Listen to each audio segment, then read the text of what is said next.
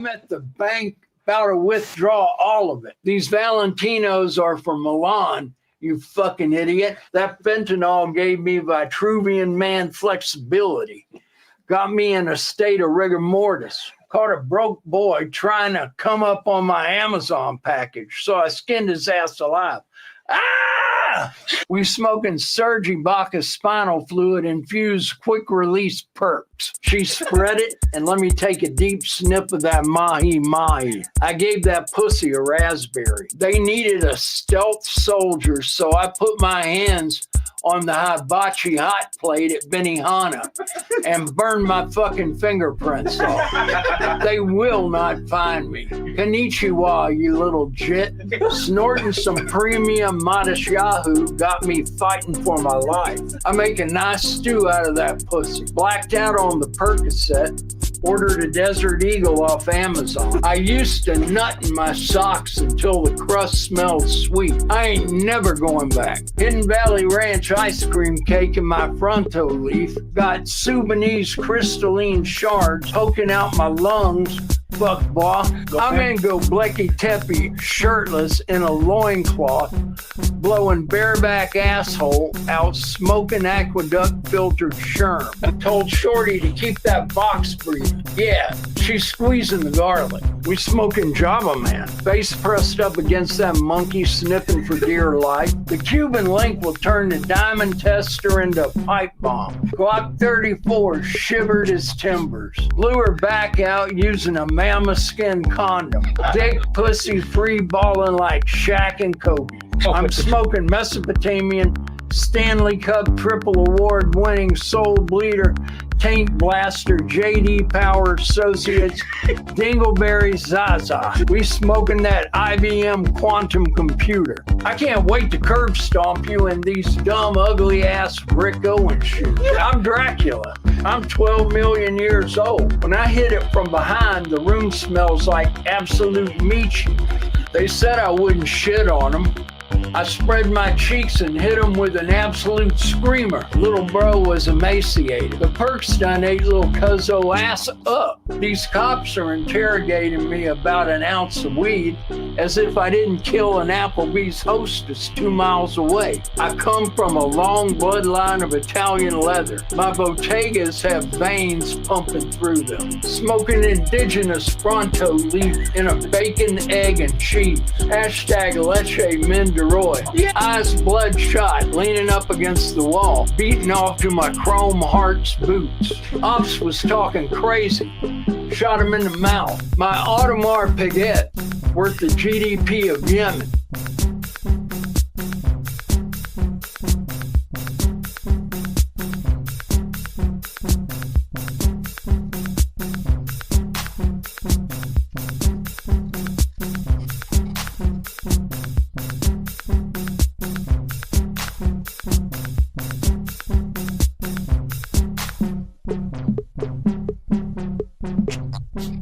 I'm not quite sure why I'm here or what I'm doing, but there's a reason. I don't like Facebook, and I don't like the internet. The library blocked my password. Now tell me, does that make any sense to you? This is absolutely lit. This is lit. Ladies and gentlemen, welcome to Dark Times with Dark Match Steve. I'm Dark Match Steve. I am your twink for the evening. Lovers, friends, welcome. Where are we tonight? Facebook, YouTube, and Twitter, also known as X if you have autism and you're addicted to ketamine. Welcome one and all, wherever you're at. Get in the chat. I'll be waiting for you.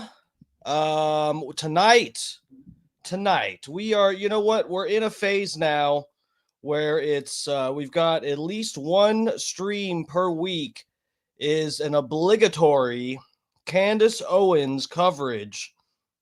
Now, and it was Candace Owens this whole time. So we've been doing Charlie Kirk coverage, and Candace Owens did such a good job of like covering sensitive stuff that was, you know, it's how would you explain it? I wouldn't say relevant necessarily to finding out exactly what happened to Charlie, but relevant in terms of pointing out people's strange behavior. She's done so well in covering all of the weird shit that's been going on with the Charlie Kirk assassination and investigation and everything else that now we have to basically do Candace Owens coverage every single week. Okay? Everyone has made it about her now. Everyone's blaming the fracturing of the MAGA movement on Candace Owens. You guys going to give that much power to Candace Owens, huh? Has nothing to do with President Trump betraying his base over the release and transparency regarding the Epstein files, right? That has nothing to do with it. It's all Candace Owens' fault.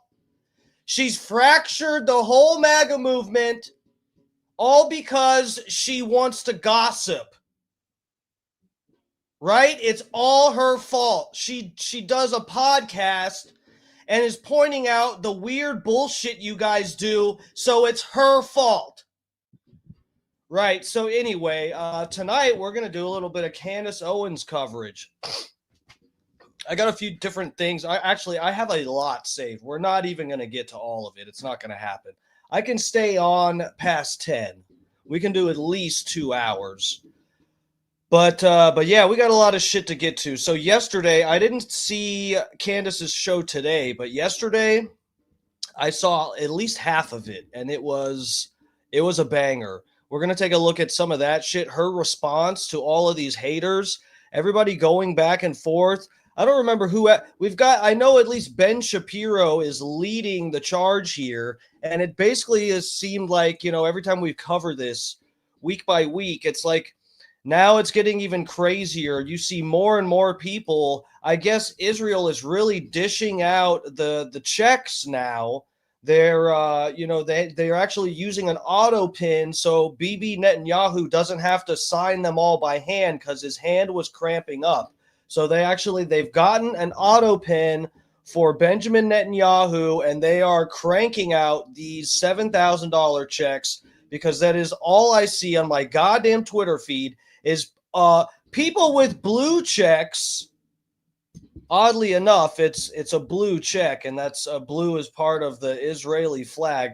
Never mind that. It's probably unconnected. So anyway, they're all you see is constantly people shitting on Candace Owens for daring to ask some questions about what the fuck happened to Charlie Kirk and why everyone that was around him in life and at the UVU campus event, why they are all acting so fucking weird. You're part of the problem now if you just happen to point out that people are acting so fucking suspicious. It's your fault. You're a piece of shit for asking questions. You are the problem. So anyway, let's see how Candace handled a bunch of this. I got, let me see. Hold on. Yeah, so basically, we're going to take a look at Candace, how she reacted to a lot of this, a lot of the critiques and everything. Because, guys, look, this is what I said from the beginning. When people, this is the same, it's funny, guys, that we're seeing this common theme that's, like, permeated every single, controversial topic right now. It's the same fucking thing with, they want to say, what's his name? Tyler Robinson took out Charlie Kirk, and they're saying, oh, well, it's because of the political rhetoric. You guys call Donald Trump Hitler, and you say people that support him are Nazis, and so we can't have that kind of conversation. It's your fault he got killed. Now they're doing the same thing to Candace Owens, except no one's, gotten assassinated because of something she said. And no one could because she hasn't done a call to action. And she has not directly said, hey, this is the person, Erica Kirk, or fucking, what's the other, Mikey McCoy, or Benjamin Netanyahu himself. There's never been a time that she's actually sat there and gone, this is the person who did it. All Candace has been doing, as far as I have seen, and I haven't watched every goddamn second of her Charlie Kirk coverage, but all I have seen is Candace Owens mercilessly, and keep in mind, Charlie Kirk was her friend. So maybe if your friend got killed and people started acting weird around that were surrounding them, I hope you would also have this fire beneath you that is driving you to give a fuck. Okay? I hope you would. It's scary to see how many people are pretending that this is a negative trait of a friend that could watch their friend get shot and watch everybody act completely suspicious and just move on. But anyway, all I've seen her do is point out all the suspicious behavior. She's made a few tongue-in-cheek remarks. The closest thing you could ever, that I've seen anyone clip so far of Candace Owens coming close to the edge of directly blaming somebody is when she, and it was a tongue-in-cheek kind of comment where she said, oh yeah, I guess this is just like what they do, right? When you get assassinated by the feds, they do a street after you and give you a holiday. They name a street and give you a holiday. Same thing, MLK, same thing, Kennedy, whoever. That's the closest she's come to placing blame on anyone. And Ben Shapiro's fucking 5'6" ass is really out there talking to Megyn Kelly, trying to guilt trip people by lying about what Candace Owens has said. I'm sorry you people are too fucking retarded to keep up with the conversation and not think that everything is a fucking dog whistle. Okay? We can't have an adult discussion about weird shit regarding the Charlie Kirk case without all you fucking people trying to read between the lines and see who we're trying to have killed next. It is so goddamn stupid. Okay, enough of my rant. Let me get to the chat, say hello. I see the chat is absolutely blown up. Let me get to the chat, say hello to everybody getting in here, and we'll get started. Got a lot of shit to get to. Here, I got the chat up. You guys are up now. Blocking my parody award, the one thing I worked for in life that I have to show for right here, this parody award back here, 2022 Parody Artist of the Year. You guys are more important. There you are. Kenny's up in the chat. Scott Starbird, Maddie P. What's up, guys? What's up? What's up? Weird seeing y'all here too. It's so weird. It is weird. Let's be real. The Fat Pig's up in here. Lover, welcome, welcome. Saul Paul. Brian from Philly's up in here. What's up? What's up, guys? Bob Cook, Sir. Thank you guys again for coming to my mom's thing. Johnny Z's up in here.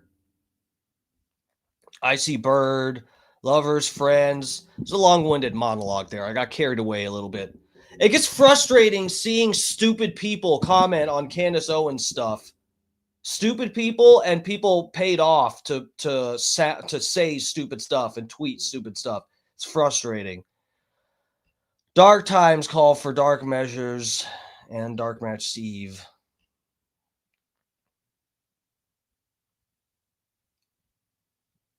Scott Starbird, lover. Thank you guys for coming to hang. What famous podcast was Bubba on today? I have no idea. I haven't listened to the show in weeks. I prefer to not listen to shows that will talk shit about me and lie about me and other things. So yeah. Let's see. Chat. Saul DePaul. Dutch Duke. Lover. We're in the presence of royalty, ladies and gentlemen. Dutch Duke is in the chat. Dutch Diz in the chiz. Brian from Philly. Thank you, sir. I appreciate it. If DMS gets clipped, I will get to the bottom of it. Guys, look. If I'm being real, if something suspicious happens to me, not that I really think, look, my stream does not get, I don't have let's be real, guys. I'm not making enough of an impact for, well, you know what? You never know. You really don't know. You really don't know. But let me just say, I'm not feeling like harming myself at all. That should be clear by the fact that I spend way too much money on organic food that should tell you right there that I wouldn't just invest all this money into my health, all this time, effort, looking things up, buying good food, trying to treat myself the right way, to then just off myself. I hope you guys know that. Promo code lovers in here. B-dubs. What am I saying that's controversial? What are you talking about? To get taken out? I mean, shit. I didn't think Charlie Kirk was saying anything that controversial, but hey, where's he at now? He's a pile of ashes that got spread at the Wailing Wall. That's not what I want for myself. That's Matty P. Thank God. And thank God, right? That's the only reason I'm still safe. You need a bare minimum of 2K subscribers in order to get assassinated for talking negatively about a certain country in the Middle East that is not a Muslim majority country. Okay. Thank God, Maddie. In fact, guys, could I get a few of you guys to unsubscribe? We're just trying to play it safe. Please continue watching. Just unsubscribe for me, please. And then I might get, not shot in the neck. All right, so where are we going to go to first? Hold on a second.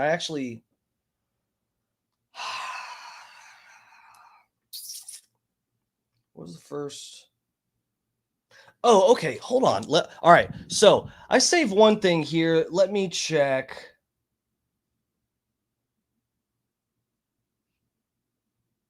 Bro, this is okay.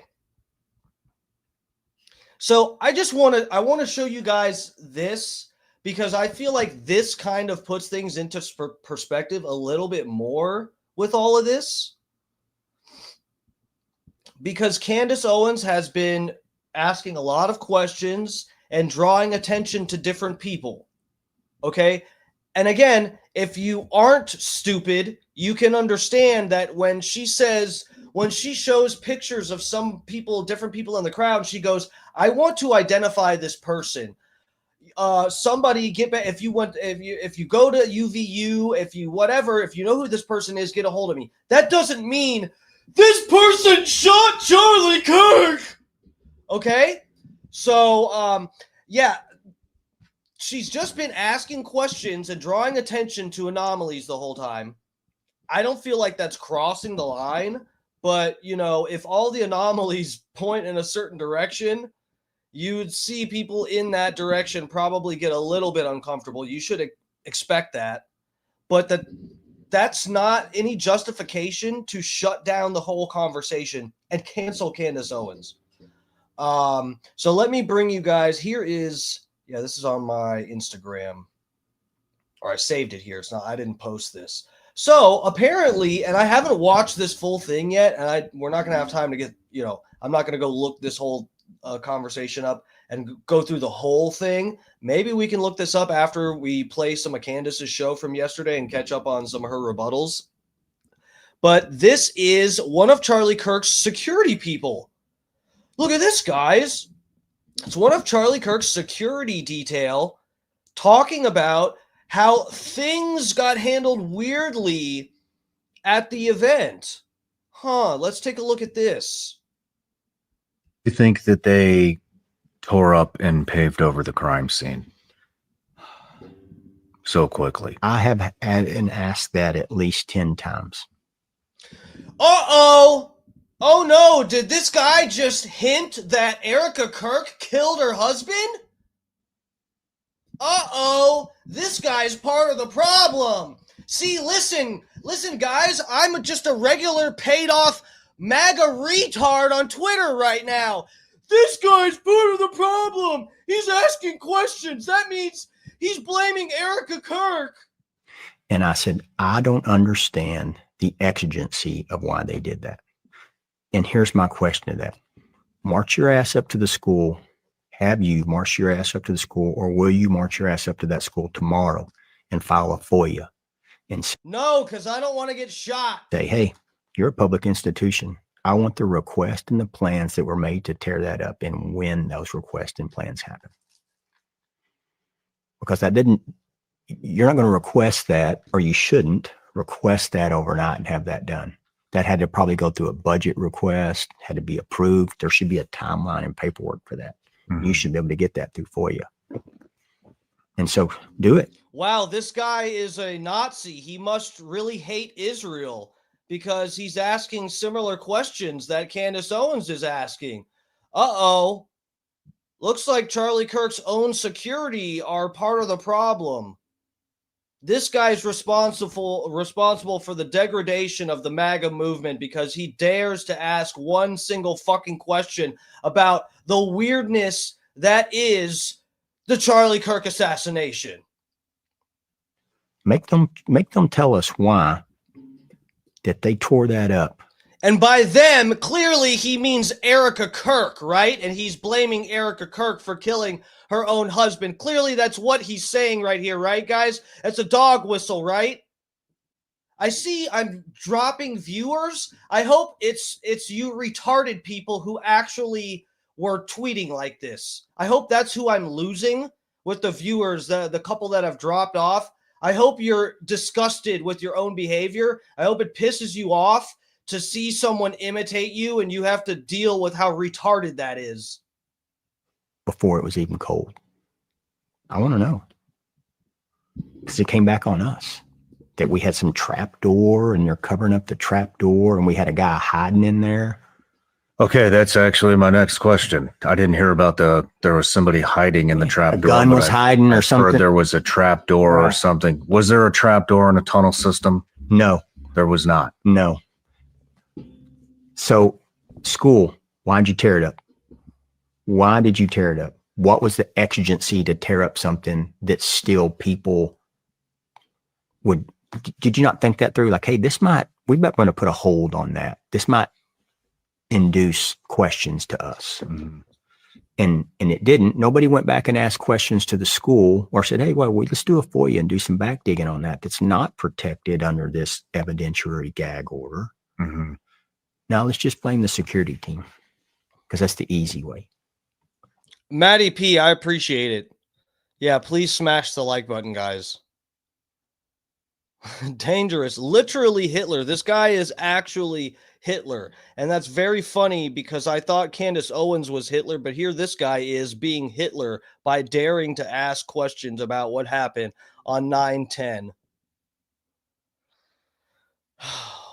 Good Lord. Go do the FOIA. You know, I mean, back to the exit wound thing. You know, I mean, because we're talking about the tearing up of the crime scene and everybody's one. Dude, we might have to go watch some of this tonight. Guys, I might stay on a little later because I saved this little clip. And it's just because this guy himself, the security themselves, are at least acting as though they have questions and are suspicious. This is the same shit that Candace Owens is doing. There's nothing wrong with saying, this is weird. Hey, something's going on here. I'm suspicious. Also, I feel like there's motives for these different people, and I have my concerns. I'm suspicious, and something is up. I know that. How is that crossing the line? I have not heard one good explanation as to how Candace Owens has crossed the line. We went through the compilations, the fucking edited compilations with people trying to bury Candace Owens, playing all this shit out of context. You never once heard her directly in any way, directly insinuate like, oh yeah, this is Erica Kirk's fault because of this, and this, and we got to do something about it. Even if she said, I think Erica Kirk did it, it would be on the edge of being like, problematic if she didn't have or show good evidence. That would be my problem. The main problem is if you do calls to action. That is where we need to draw the line. The rest, we can have adult conversations. We don't all have to pretend we're retarded just to spare Netanyahu some stress. them to find the bullet. I mean, if the bullet hit any bone at all, there is no bullet. It's just fragmentation. Great point. And that was discussed already. And if there was no exit wound in the autopsy, though, there should be. I mean, if there was no exit wound, then there should be fragmentation of the bullet would have fragmented into who knows how many pieces. The doctor, and again, this is not a non-disclosure violation, but the doctor came out there and told us, and then they also told the chief of staff. So the bullet came in and hit the vertebra, so it came in, and Also, will you notice here how this angle doesn't work? Guys, do we notice how this angle doesn't work? Do we realize this? The only way to make sense of the bullet, okay, number one, that bullet is not going to break apart on a human spine. I don't care how many fucking vegetables and supplements you eat. Okay? But even if we want to pretend like, oh, maybe Charlie Kirk had neck surgery and had steel plates in his neck. The only way you can make sense of the bullet stopping because of his neck, which that doesn't make sense, but the only way you can make sense of the angle is by going, the bullet went like this, even though the shooter was directly forward of Charlie Kirk, directly in front of him, shot directly forward, and the bullet went into the soft part of his neck. Somehow they have to pretend it makes sense. So he's going like this to the side, as if the shooter was off that way on a building 200 yards away to the right. No one has ever claimed that, but here we are pretending it makes sense. Cool. And tore up everything in the wound cavity, hit the vertebra, crushed it, shattered it, turned, crushed the second one, turned, kept going down all the way. I think they said C6. Holy shit. Yeah, it's like, why not put that info out? Why not put it out? And then why wouldn't they put that out? And if do me a favor, don't make me do it. It's not my job. And so then it got to here, and you're exactly right. And then hit, I think, 6. K-Dog, what up, lover? Welcome. And then fragged. Super neck. So explanation 101.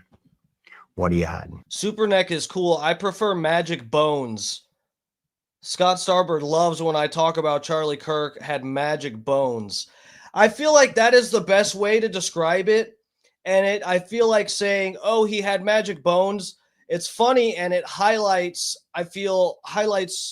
how preposterous it is that the FBI's explanation is invoking Jesus. That makes me want to rip my fucking hair out of my head if I had some. To hear that the official narrative, to make sense of the FBI's explanation, you have to invoke Jesus. It was a miracle. I'm done. I've heard enough. I'm done. That is beyond stupid. Yeah.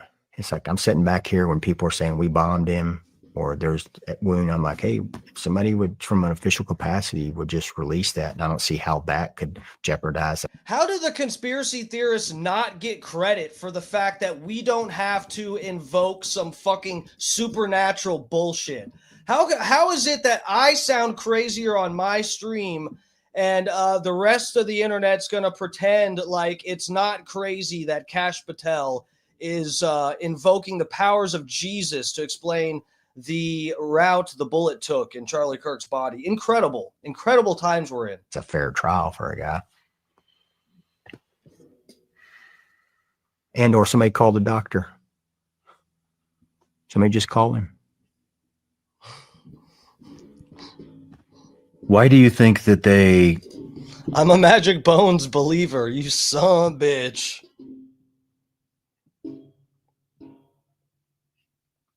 I feel so alone. Charlie Kirk had some magic bones. Ah! Ah!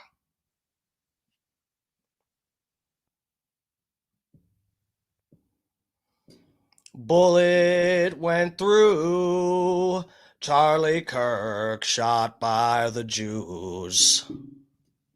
I feel so alone. It stopped in his neck because he had magic bones. We got a parody song coming, guys. I just wrote half of it. Let's do it. Let's do it right now. I'm turning the stream off where I'm working on a parody. Thank you guys for all the support. Love you. I'll see you guys later. No, I'm kidding. Okay, so let's get to Candace's deal. We're going to get too late here. What the fuck? Oh, okay. Sorry, I clicked the wrong tab. Looks like I got to hit this bowl again. I'm having the confusion that comes with sober thoughts. I hate that. Ugh, yuck. Guys, I'm kidding. Everybody, I have a disclaimer at the beginning of the video. You're not supposed to take anything, literally nothing I say seriously. Okay, let's go. Lock in, chat. We're going over to YouTube.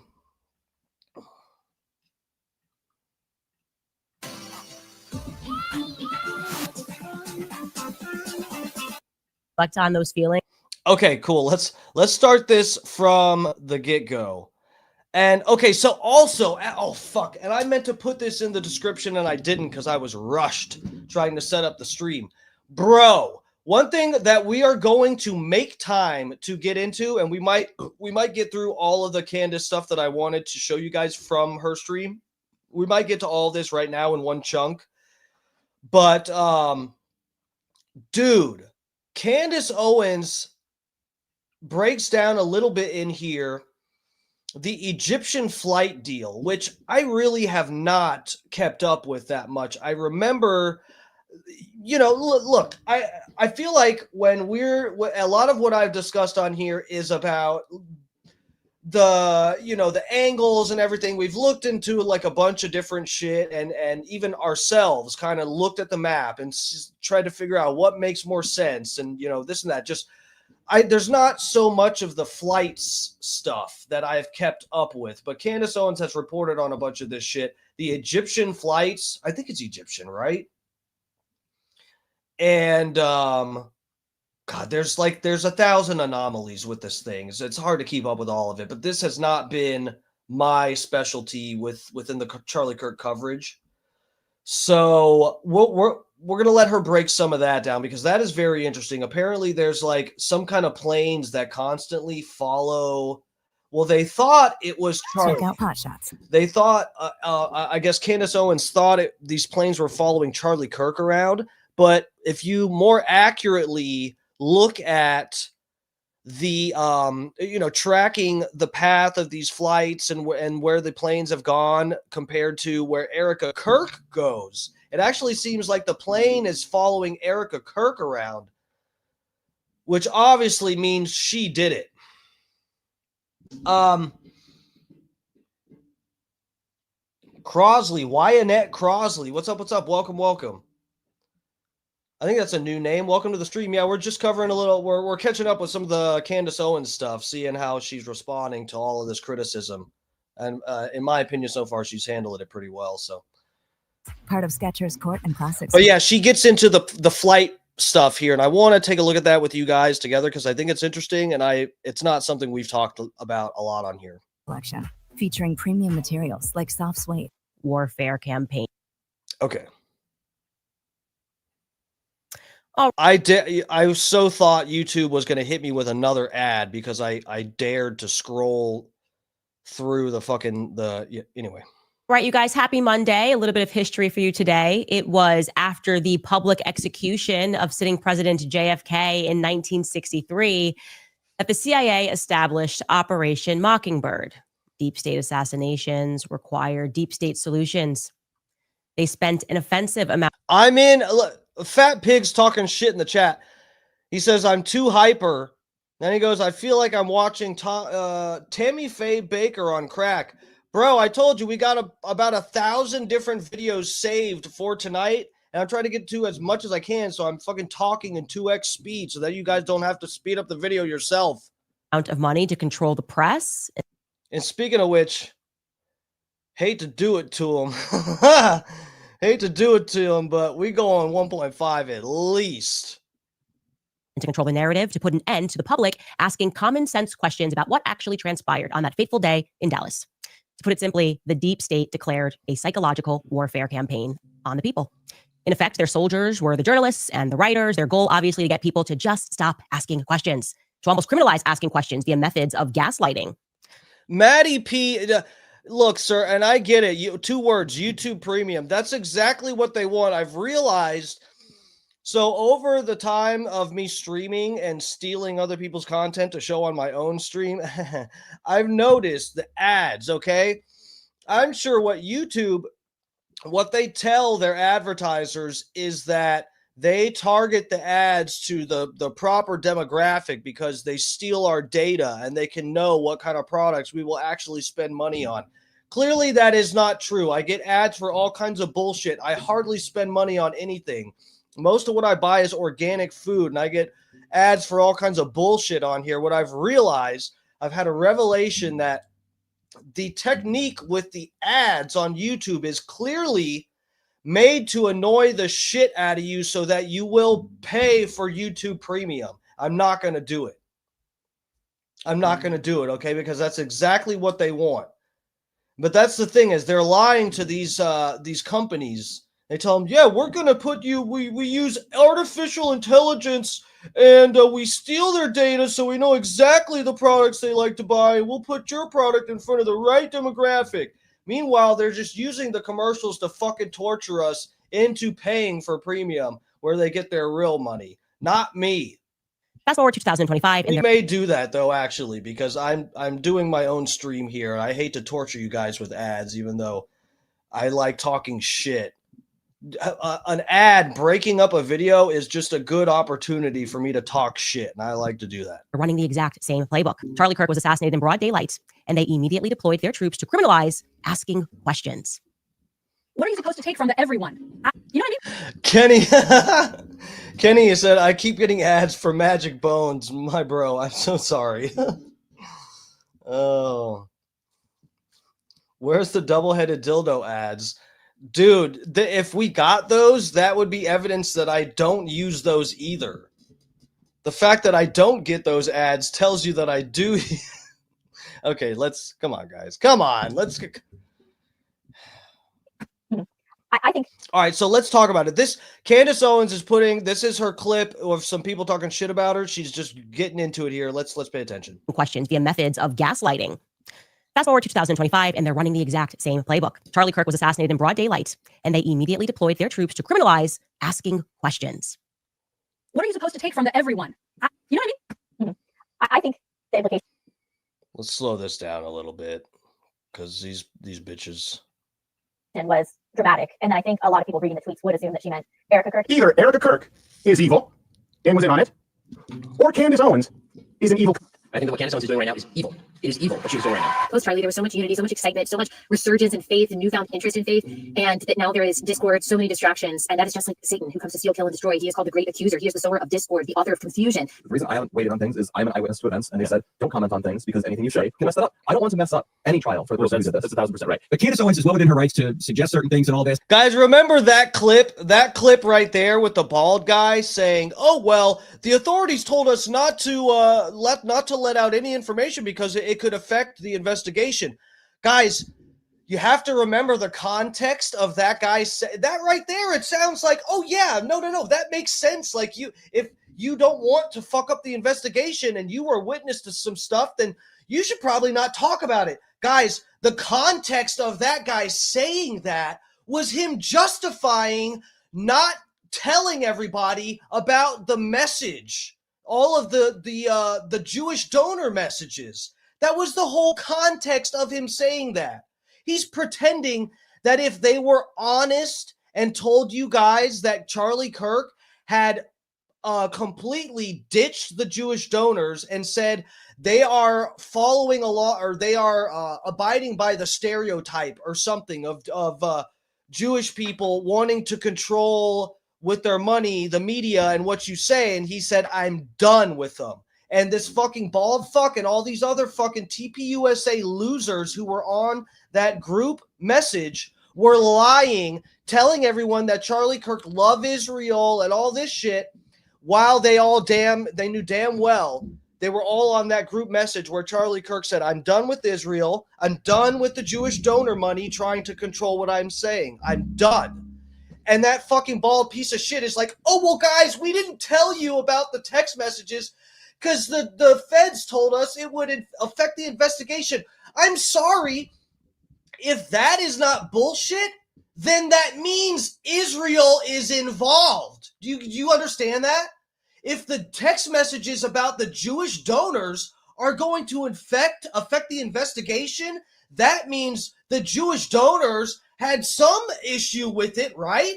Or that's completely inconsequential. Why does Charlie Kirk's opinion on Israel in this group message have anything to do with the goddamn investigation? Nothing. They're blaming some fucking furry. And she has the right to free speech and all that. That's fine. She's right to ask questions. I just think it is hurtful and not helpful when you cross a line to strongly suggest somebody's guilty of something for which you have no evidence. Challenge accepted, Frank Turek. Let's go Max today. Welcome back to Candace. I fucking love Candace Owens.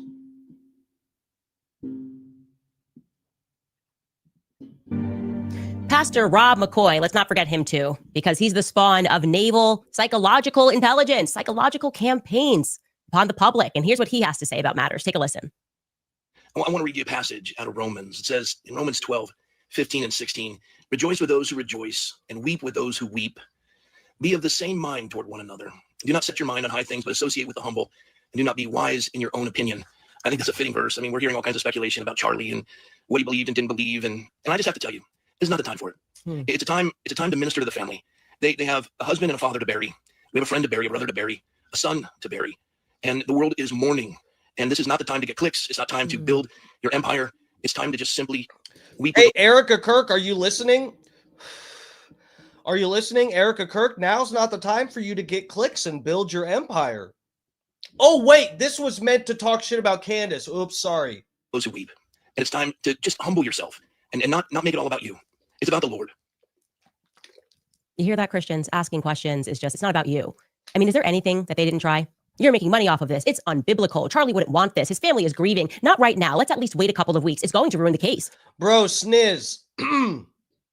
Sniz asked a very good question. Do you love her enough to have sex with her? Maybe, Sniz. You know what's funny? I don't know what it is. So, guys, most of you guys are, you've been in here long enough. I used to have dreadlocks, okay? Bro, I used to, and I don't eat fast food anymore, but when I used to go to like a Popeye's chicken or something, and there were some black chicks working the drive-thru or a McDonald's or wherever, bro, the black chicks used to hit on me all the time. They would fucking, and I thought they would always point out my hair because I had dreadlocks and they looked like fairly good. Sometimes the roots would get a little messy, but the locks themselves look fucking fresh. So the black chicks would always be hitting on me and talk about my hair. And I was like, yeah, the black chicks, it's just like they like to see what would be like a more typical of a black man's haircut on a white guy. And they're probably like, ooh, that's interesting, whatever. So that's why they like it. That's what I thought. But bro, if you guys were watching, I was streaming my Sunday run day. My run from this past Sunday, and I was running. My neighborhood is not the best, and I'm running, and this car stops at a stop sign, and then I have to run in front of it, and I was like, "Thank you," and then they honked the horn, and I look back, and it's these black chicks in the car, and they're like, "Ooh, he cute! Look at that bald head! Ooh!" And they're like, "Hey." The bitches were hitting on me. I was like, see, I don't know what it is. The black chicks are interested in this white meat. They just they're curious. They want to know what's up with it. So, that might actually work out between me and Candace if she likes the white meat.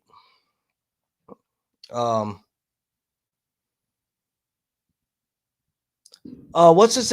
Yeah, this is a new person. Susanek 3493. Megan isn't pro or anti-J. Megyn Kelly? You talking about Megyn Kelly? But she is coming around to realize you can't question anything from the Jays because you will be labeled anti-Semizite, and she knows that's wrong. Yeah, you know, it's refreshing to have seen her defend Candace Owens too, because it's so, guys, that's the thing, is there's enough confusion and just, you know, everybody's fucking emotional and just like confused. It is easy enough to cop out and tuck your tail if you're Megyn Kelly and be like, look, I didn't know she insinuated. But no, she apparently she stayed based with that. She's a snack. Who, Candace Owens? She is. I mean, she's hot. Oh, and this is a new person too, right? Bubba Army 810. I don't know if I've seen this person in my chat before. Maybe I have. What's up, family? Welcome. Thanks for checking out the stream. TMS is running from someone. It's a black chick trying to chase me down and take this white meat. You don't need dreadlocks. Just use coconut lotion. Bro, I use coconut oil for, well, lubricant. That's not what I was going to, but I use it for my skin, for moisturizer, coconut oil. That's all I use on my skin, and my skin's like, you know, my skin's pretty good. I use after I take a shower, I use diluted 50% water, 50% apple cider vinegar. I do that on, you know, my face and, you know, different parts. If I shave, wherever I shave, I use that because it's also good for like an aftershave to close up and heal up your pores and the tiny cuts you get from shaving. And then after the apple cider vinegar dries, you'll feel your skin get like tight because it's an astringent and it dries up a little bit and tightens. And right when you start to feel your face get tight, you put the coconut oil on, and then it gives gets your elasticity back. Works great. Yeah, coconut oil is fucking awesome. Oh, thank you. I appreciate that. Wynette Crosley, 5159. I appreciate that. Thank you. Yeah, I do a lot of different shit. I mean, it's been a minute since I've released a new parody song. I've slowed down a little with those, but I do like parody songs too. I have some stuff on my channel, a few different in the videos section. I got a few different parody songs that, you know, they got a few thousand views. I did a Kanye West parody song about him being anti-Semitic. I released it before he did all of his, his what is it, the World War II album or whatever, that with all the Hitler stuff. But yeah, that got deleted from YouTube, but over on Twitter, that shit has like 60K views. That did really well. So yeah, please feel free to check out my channel and sub if you enjoy it. I do 5 nights a week around this time, 8 p.m. Eastern time, starting with the live stream. All right, let's play more of this. You'll get into heaven as long as you don't think about it. Don't think about what happened on 9/10, then you're guaranteed a slot into heaven.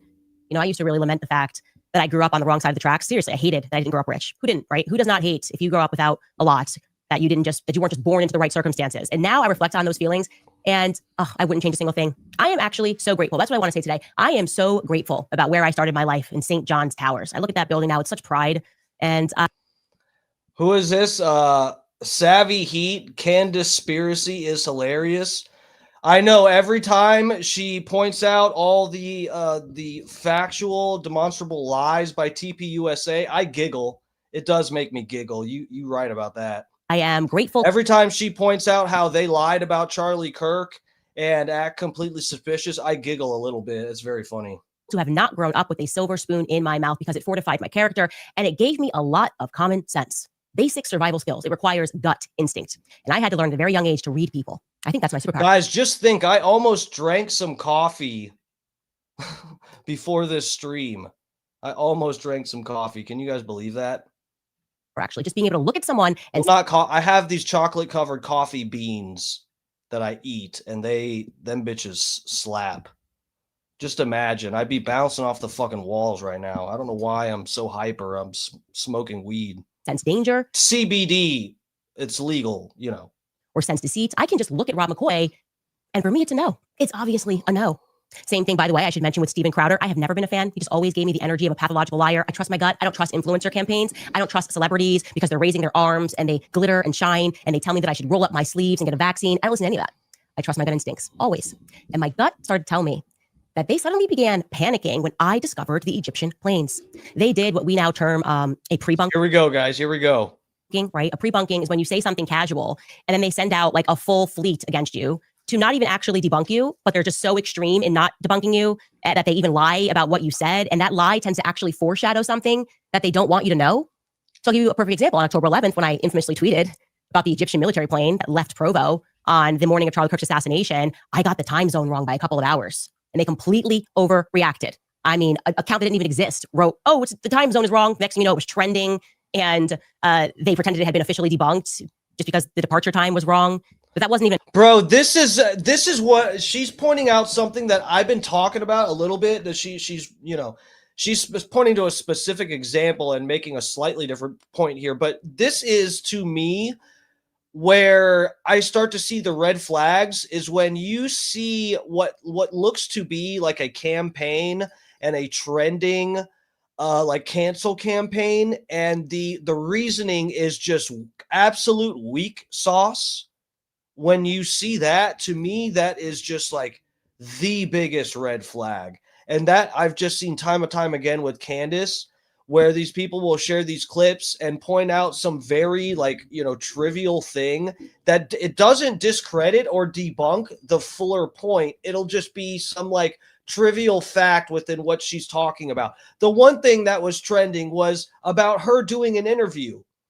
They were like, oh my God, look at Candace. She's such a hypocrite. She said this person from TPUSA, was a piece of shit because they did an interview and a whole photo shoot at a candlelight vigil and this and that, and made a whole spectacle after, Charlie Kirk died. And then they found out that Candace Owens answered 2 questions about Charlie Kirk in an interview that she did about a bunch of stuff. And they're like, look at how she's a hypocrite. She did an interview too. It's like, bro, she didn't do a whole candlelight vigil photo shoot for the interview and make a whole fucking thing. You can see the messages. They actually leaked the messages, which end up vindicating Candace Owens to my opinion, showing that Candace Owens's team, publicist, manager, whoever the fuck was negotiating this, scheduling this interview, said she didn't want to talk about Charlie Kirk, but she'd be willing to answer the like couple questions that they wanted to ask. So that shows she's not the one out there like, oh, interview me. I was friends with Charlie Kirk. Interview me. Let everybody see how I feel. Enough for them. They were so alarmed. And I was off air at that time, right? My friend, I need clicks too. I took a 2-week break. They still found something to scandalize when I wasn't even on air, something that I didn't even say. They sent undercover operatives to sign up for my private book club that I kept on Tuesday. And then they took out a clip of that book club, and accused me of accusing Erica of murdering her husband. I mean, they manufactured that claim out of thin air, and then they made it go viral. They sent it out to all the right people, Steven Crowder, right? Everyone suddenly making videos saying that because I said he was betrayed by everyone, obviously what I meant was Erica Kirk murdered her husband. And this was all happening because I mentioned the Egyptian plane. I am certain of it. And so that you can look backward and really see how these psychological campaigns work, I want you to watch this clip of Steven Crowder trying to convince people that despite the words that are coming out of my mouth, they shouldn't listen to what I'm saying. He actually knows what I really meant, which is something that I didn't say. And here it is. Here's that clip. Bro, this is so crazy and so messy. I hope every one of you fucking losers who either was bought, either you took your $7,000 check, or you just like are scared and so you're dogging Candace Owens. I hope all of you get what you deserve for making yourselves look so retarded. I hope you get what you deserve. And by that, I mean your reputation going to shit. I don't mean anything like fucked up or violent, or that's no call to action. Or I got to be really careful now, because clearly if you just say factual stuff and barely have an opinion, that means, something vastly different as long as someone can interpret it that way, But you watch this clip in its entirety, and it seems pretty blatant that she's saying, and people are interpreting it this way, which is also important, that the Trump administration, not whatever it was, we went from underground Jew tunnels, Mossad, the Trump administration killed Charlie Kirk. I just really needed to just take a breather and really process everything that happened with Charlie and what it kind of means. And Bro, and this is the thing. As I said at the beginning, anytime she mentions anybody that she goes, hey guys, I'm looking into this. I'm focusing on this. There's something weird with this guy doing this here. Every time she does it, these fucking retards like Steven Crowder go around and say that she's accusing Rob McCoy or whoever. Oh, it's a new person. This last week it was she blamed Israel and claimed Netanyahu pulled the trigger himself. Now this week she's claiming it was Pastor McCoy, and then the week after that, actually she's saying it's Erica Kirk. Guys, just because she mentions somebody doesn't mean like she's putting all the blame on them. This is like purposely being dumb. You're playing dumb. in terms of where we are, and I think it is. Get your check, Steven Crowder. You must need it that bad. Was the divorce that bad? You need the $7,000, huh? Circumstance where we just know. We just know that he was truly betrayed in one of the most egregious ways that I think I've ever seen. It has made me lose faith in politics. It has made me fully lose faith in Trump. And my heart aches for the fact that he gave so much of his life to Trump and to politics. And they just were like, nope, that is it. It serves us or it doesn't serve us, and we want to move on. And so here's a holiday. Bro, if they try to give me a holiday, what is with them giving people a holiday after they kill him? Why is that a thing? You know what I mean? Like, oh, Martin Luther King, what about this holiday? What about this boulevard? Anyways, let me knock it up. Like, they're going to get Charlie Kirk a boulevard. They already did. They did in Israel. They gave him freaking boulevard. It's like, as soon as they give you a boulevard and a holiday, they definitely killed you. Okay, there's no question. They killed you. There's no way. That's like their signature thing. It's like, that's what they do. It's the Fed signature. It's how they sign off after they murder you. So like holiday and a boulevard. And it's never on a nice side of town either. Like Charlie Kirk Boulevard's not gonna be a nice side of town. Anyways, I will be back on the 27th with you guys. Thank you guys for all the support throughout these couple of weeks, these last really kind of 6 weeks since Charlie died. And we will see you guys then. Well, let me first be tactful here and tell you that outrageous claims, and this is an outrageous claim, require outrageous evidence. Steven Crowder is outrageously fucking stupid. Of course, as is par for the course, none has been presented. You know who's really close to President Trump? And you know who people are now saying stood to gain? Well, Charlie's wife, Erica Kirk, who has now been put, Candace with that language, with this accusation, has put the wife of Charlie Kirk, and she'll say, that's not what I tried to do. It is. It's the result. Erica Kirk in the crosshairs. There's no middle ground here right now. Either Erica Kirk is evil and was in on it, or Candace Owens is an evil. Bro, like, this is crazy. When in that clip, am I that fucking baked that did I miss the part where she said this was Erica Kirk's fault?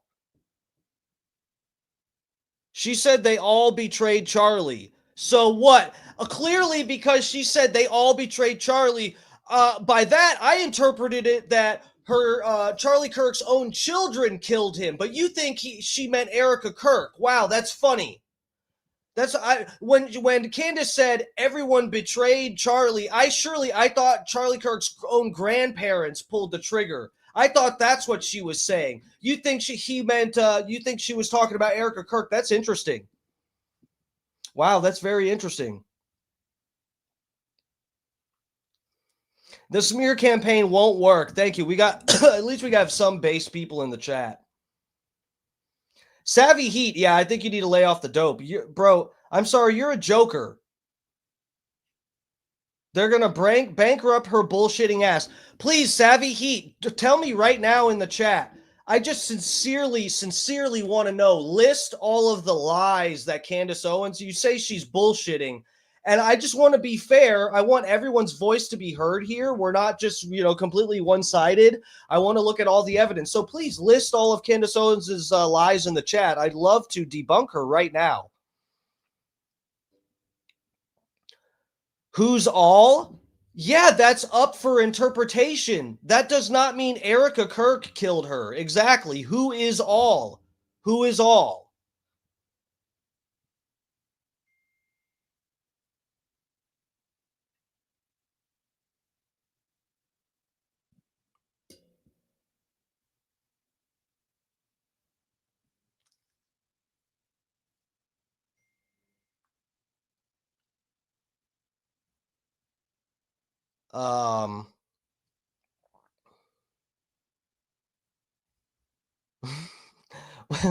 No, over Macron's wife, DMS, what?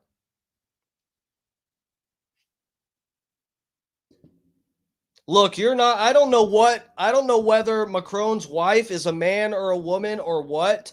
I'm not even gonna, you don't even want to go there with me, okay? I don't even think that is a human being.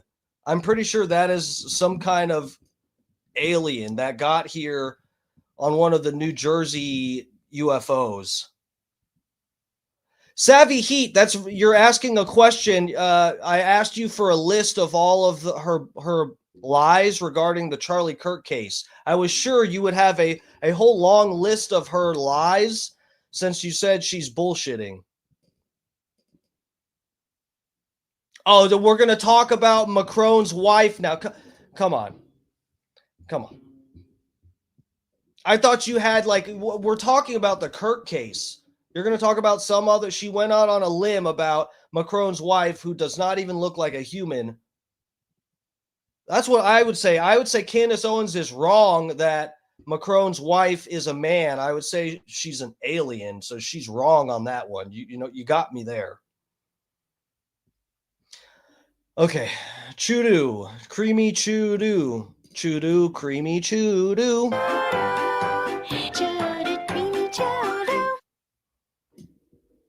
No matter how many times I watch that clip of me talking about Martin Luther King Boulevard and Charlie Kirk Boulevard, I do not get from that. But okay, Savvy Heat lover. She can't stop besmirching Charlie and TPUSA. So I was curious what she was wrong about or lied about, buddy. And this is, come on, dude. That, you know what? You're going to have to change your name from Savvy Heat to Not So Savvy Heat because this ain't too savvy of you. Erica Kirk killed her husband, but that's what they went with. Those were talking points that were. I'm just playing, but for real, look, I mean, if you sincerely think she's fucking up, I honestly, dude, I'm not fucking with you. I want to know. I want to know if you actually think that. Because I don't think there's a lot of people that have an issue with what Candace Owens is saying. I think this is a very desperate attempt. This is, these are the dying throes of Israel's reputation globally. I feel like that is what we're seeing right now. And when they're like completely fucked, they send Ben Shapiro out to lie and smear other people. To them, they were supposed to go out of the gate with that. The question is why? Okay, retrospectively, that was a clue. They were panicking. They were trying to pretend me saying that everyone betrayed him, which obviously was not about Erica. It also wasn't about Charlie's mother or Charlie's father or Charlie's children, but they were specifically trying to struggle session that into a slight against Erica, rather than more obviously suggesting that people at Turning Point USA betrayed him, which Erica Kirk was not an employee of leading up to his death. Why were they doing that? Then, of course, that made me only look further into the... Bro, so yeah, TPUSA. Maybe she thinks TPUSA betrayed him when she said they all betrayed him. That's one thing, too. I don't remember, if we're being real, I don't remember the context of her sending that tweet. If you went and looked at Candace Owens's podcast from that day when she sent that tweet, maybe the whole podcast was about like sketchy stuff that the security and stuff were doing and the shifting of power within TPUSA and considering the text messages and them lying about the text messages and misrepresenting all that. Maybe that is literally the context of it. And people, they're reaching to interpret it as Candace Owens is blaming this all on Erica Kirk and, you know, wants you to do something about it. It's a dog whistle, right? She's just not brave enough to ask someone to go after Erica Kirk and seek revenge for her friend. This is just like, this is ghost hunting. You realize that? Everybody's just like projecting whatever they want. She's backpedaling. The pressure is getting intense. Okay, yeah. So clearly, look, Savvy Heat. That's cool, buddy. I just wish, you know, if you don't like Candace, that is fine.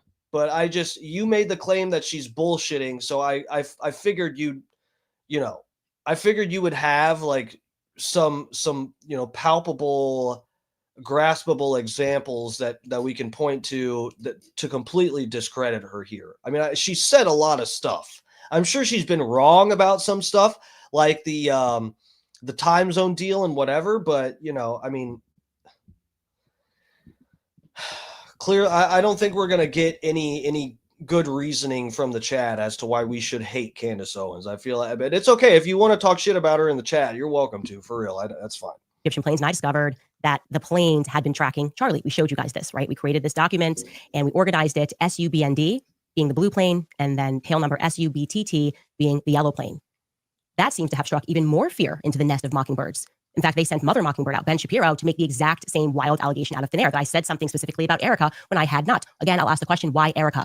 Why didn't Ben on stage say she accused Mikey or Rob McCoy? I've done multiple episodes now on Mikey McCoy, on Rob McCoy, speaking about Andrew Colvett, Alex Clark. Why? Oh, that is a good point. Why are they not? She has implicated them so much more. I was just saying that. She's talked so much more shit about everybody at TPUSA. They are clearly, this is like the worst tactic ever. She's barely implicated Erica Kirk in any of this, and they're throwing that because it looks the worst for her. Why do they keep going back to Erica? What is it about these Egyptian planes that were making them spiral? Now, I'm going to let you guys know right now that it is difficult to investigate a matter, especially when it involves a person that you know, because there are minor things that I immediately noticed that were off. Bro, that's what, oh my God, Sniz in the Chiz, lover. This is exactly what I want. Do you know how fucking excited I would be to watch this? I would need several pairs of panties because I would just be getting wet the whole night sitting here watching, and we would be watching it together. Dude, that would be nuts, man. If Candace and Steven Crowder debated, I think Candace Owens would be up for that all fucking day. And Crowder would be lucky if he, could barely get a little bit of attention out of trying to put up with Candace Owens. He's desperate. He is. He's trying to replace Charlie Kirk now, too. He's like, oh, Charlie got killed. I'm going to go change my minds again. Except I'm going to defend Israel. Saul DePaul said, yeah, I never thought I'd see Christian West starting to turn on Israel, but Shapiro types and kids spitting on nuns are destroying them. Dude, exactly. The game has been played before. Yeah, Candace talked about that, too. This is like, it's par for the course here. Thank you, all the new people getting up in the chat. Thank you. I appreciate it. For real, I want, if you have a differing opinion, please feel free to get in the chat. I'm not just going to fucking roast your ass. No, I'm kidding. For real. Look, I'm up for, some new facts to add context to all this. Tax Maven Agency. I think that's what that is. Welcome. I think this is a new person too. It's hard to disagree with her because she utilizes facts, rationale, and simply questioning why. No. She's crossed the line. You see, by her asking simple questions, she is implicating a grieving widow. Ridiculous.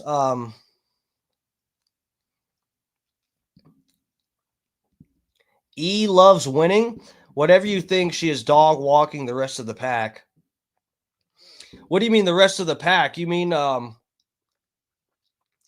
she's dog walking the people she argues against?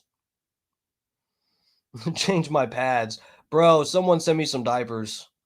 Hey, if Candace and Steven Crowder debate, I'm going to need some diaper donations pronto.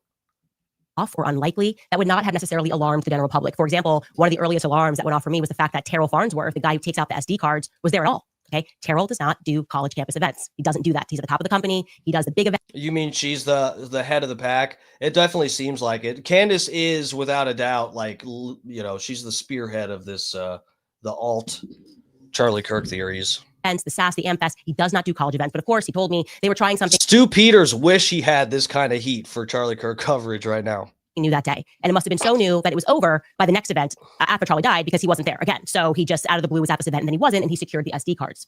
Okay. It was something that I noticed that the rest of the world would not have taken as a concrete fact. It is also how I felt. I'm sharing this with you now for a reason when I learned that Charlie flew into Salt Lake City that morning, because why didn't. And all you D-list podcasters. Yeah, I'm new to the game. I'm proud to be called D-list. Good Lord. That's an honor. Thank you. Wow, guys, I'm really a D-list. That means we're moving up, guys. All this work is paying off. Oh, thank you. I appreciate that. He fly into the much closer Provo airport. Now, it's good to be on a list. I wasn't, I've only been streaming for like a little over a year now. I can't believe I'm on a list. Besides, like, a watch list or something. Ostensibly, the answer is because he had an interview with a person that nobody really knows. He's a managing director of a restaurant fund. Andrew K. Smith, out of nowhere, does this restaurantology interview with Charlie. And so, bro, who is this up in the chat? 4 Bolt. Bro, thank you for the reminder, because I saved a video of someone discussing that. In fact, I'll be sure to get to that. Let me, thank you for that reminder. Let me see. Yeah, so I'll get that ready on another tab while she goes through some of this shit. She's going to start getting into the planes, explaining the, how long does she go on the plane stuff? Okay. Financial issues. Okay. All right, let's go. Charlie flew into Salt Lake to make this interview happen. That, to me, felt like an oddity, okay? Because in a typical scenario, Charlie is not going to be incentivized to go out of his way, because he would only do it, actually, if there was a big donor on the hook, and maybe that's what he was told, this guy's going to give a ton of money to Turning Point USA, or B, because it was a major political person. Otherwise, for the sake of a podcast, people travel to Charlie, okay? If you want to get Charlie, you're going to travel to Charlie to make that happen. He's not going to go out of his way.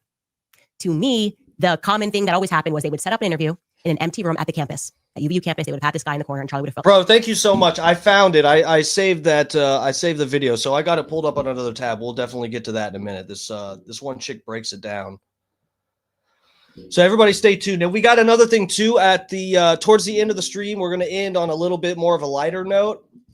And this will be, I feel like this will add a little bit of anecdotal evidence to what people's actual beliefs are on this. Is it really that everybody's very split on this? And, there's a lot of people that really trust the FBI's story. And here Candace Owens is just really making a mockery and a muckery of everything.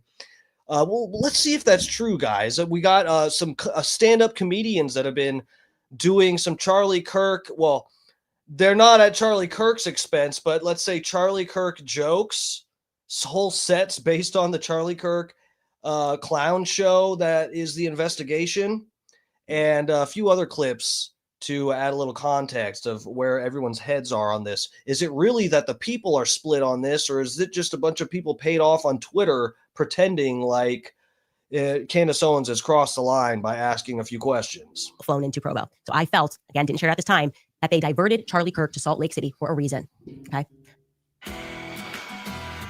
When the sawdust settles and the engine finally roars. Something else you should know about Charlie is Charlie was obsessed with planes. My husband and him actually shared this in common, where every time we board a plane, Charlie would know exactly, like, way too many facts about the plane. If we boarded an old American Airlines flight, he'd be like, oh, they actually took these planes out of service in the 1970s. He just had a lot of Snapple facts when it came to planes, something that I just do not dedicate any of my time into learning about. He really liked planes and knowing everything about them. And more crucially, I want you guys to understand this, Charlie had a photographic memory. He did. Donor names, emails, numbers. Charlie Kirk was a walking Excel sheet. He'd walk into a room, he'd say, that's so-and-so, so-and-so, so-and-so, so-and-so. He works for so-and-so, she works for so-and-so. They gave this much last year. That is why he was able to turn Turning Point USA into a successful machine, because of his memory. It was unbelievable. That's all going to be relevant now, okay? So you have to remember that Charlie landed into Salt Lake City at 9:23 a.m. local time. I suspect everybody lock in that if he had instead landed into Provo, he would have recognized the blue Egyptian plane. Okay. It's not every day that you see an Egyptian military craft. Bro. This is the thing. I thought this was someone else that was in the chat before.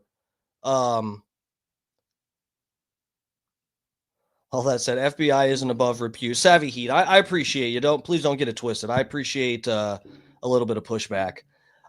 Jill Young Smith, welcome. I can't believe people actually believe her BS.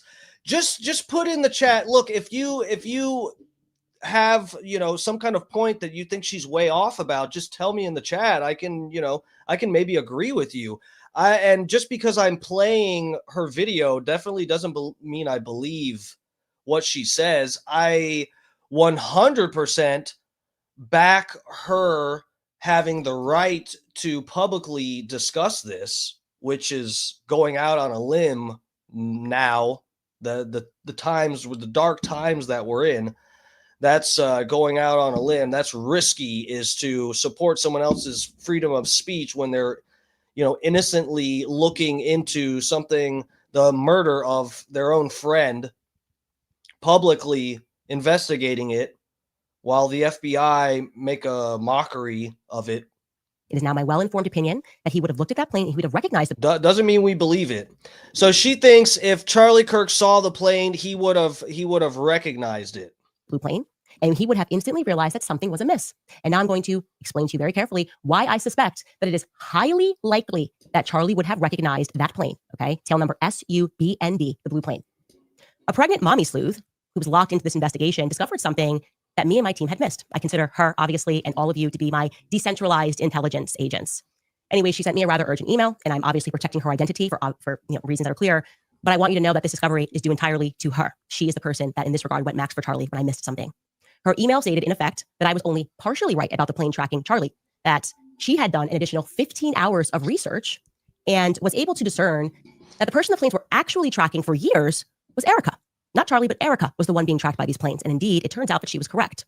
She discovered that between 2022 and September of 2025, both of those aircrafts, SUBTT, the yellow plane, and SUBND, the blue plane, showed 68 overlaps with Erica's documented locations, okay? 68 overlaps. I have since been able to add now 73 times that this overlapped, okay? And 29 of those instances also happened to include Charlie. Charlie was also present. And that's what I was stumbling upon when I was looking into this. I was like, why is this plane where Charlie is? The flights were majority clustered within 5 states, Kansas, Missouri, Nebraska, Delaware, and Utah. And it's a pattern that she believes is statistically not random.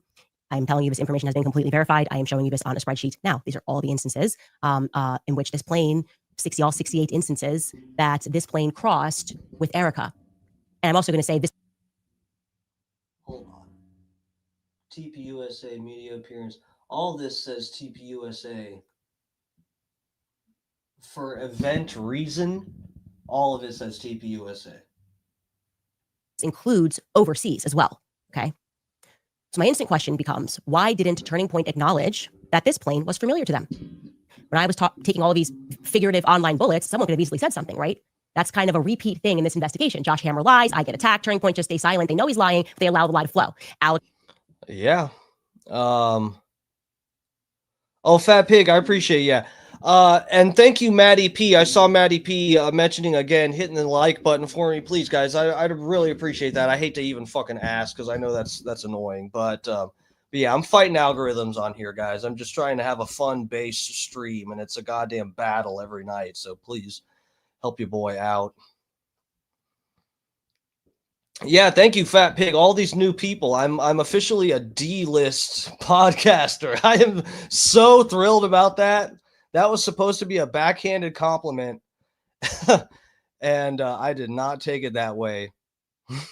Clark lies, I get attacked, I'm telling the truth. Turning Point knows it, but they kind of allow this like Catholic thing, lie to flow. And the influencers are allowed to lie. Nobody at Turning Point ever just steps to clarify that I'm onto something or I'm telling the truth about something. And when it comes to these Egyptian flights, the math on this is indisputable. There is less than a 0.000000001% probability, okay, under random distribution models that these Egyptian planes coincidentally landed around Erica at these times. Like I said, this plane was not just with her in America. It was also tracking her overseas as well. I flagged this because I was alarmed. You hear that, guys? It's a 1 in 6 million chance, statistical possibility that this would just, happen by chance, Because I thought it was tracking Charlie. And I'm telling you that this 1 in 6 million plane, in addition to Charlie, and primarily actually was tracking Erica. Now, let's get to the day of the assassination. On the day of Charlie's assassination, Richie April, thank you so much for subscribing. You've been watching this podcast since I started, and you just now subscribed. Thank you so much, sir. Sometimes it takes a while for me to grow on you. I appreciate that. Thank you. Wow. Nation, we know the yellow plane took off in the morning, but the blue plane did not take off in the morning. The blue plane, SUBND, did, however, power on. And I want to be very clear as to what I mean when I say that this plane was on. I am saying that it was transponding, okay? It's transponding at the FBO at Duncan Aviation, a private terminal. So at the very least, they powered up the electronics. At most, they fully powered it on and the engine was running. What we know for certain is that it did not move from the FBO. Did not move. It was just on and transponding. And I want you to recognize, I'm going to make it clear for you what are the times that they were transponding. It's 2 times, and I'm going to tell you those times, but first I'm going to have Mark pull this up, and he can tell us what it is that what we're looking at here and how we were able to find this information about the jet that was just sitting at the FBO. Yeah, so it looks like, based on this information that I found, and I had to figure out how to use this website because my mother didn't take enough Tylenol when she was pregnant with me, so I can't get too detailed on it. But essentially, all the flight radar websites only show when the plane is actually in the air. But if the plane is on the ground and transmitting, that data from the ADS-B transponder still goes out. So this website, ADS-B Exchange, takes that raw data. And so I was able to find it on September 10th. If you look on the very left of the frame, it shows September 10th. And it looks like there's just one data point. But what it is, I zoomed in, and the plane's actually not moving. It's just GPS is a little bit inaccurate when you're this close. But you're able to see all these different times here. And that is the UTC time zone, also known as Zulu time. So subtract 7 hours from that to get Utah time. And so I tracked all these down, and I was able to find that the plane was transponding from 9:05 a.m. until 10:34 a.m. Then it was off. And then at 12:40 p.m., it came back on and turned off again at 1:29 p.m. Okay, I'm going to repeat that so that everybody understands. We were able to discern from this data as follows. On September 10th, on the day of Charlie's assassination, this plane first transponded from 9:05 a.m. plus 36 seconds until it was turned off at 10:34 a.m. and 5 seconds. Then the plane turned back on, the transponder was turned back on just 17 minutes after Charlie was shot at 12:40 p.m. and 53 seconds, and it stayed on until 1:29 p.m. and 40 seconds. So what was the blue plane doing sitting on the tarmac? We can only imagine what it was doing, okay? We can run a couple of options here. It's possible that they were just running a maintenance check. Duncan Aviation does offer maintenance repairs. It's therefore possible that it just chose to run some maintenance checks at an unfortunate time, okay? Another possibility is that a military jet, particularly one from a foreign country, would likely be equipped with encrypted satellite-based communications capabilities. If you wanted to make an untraceable phone call, as an example, that would be a good place to do so because only the NSA would be able to intercept that call. And it's pretty obvious that the deep state doesn't seem particularly interested in the assassination of Charlie Kirk. So that'd be a safe place to communicate on that plane. Like I said, these are our options.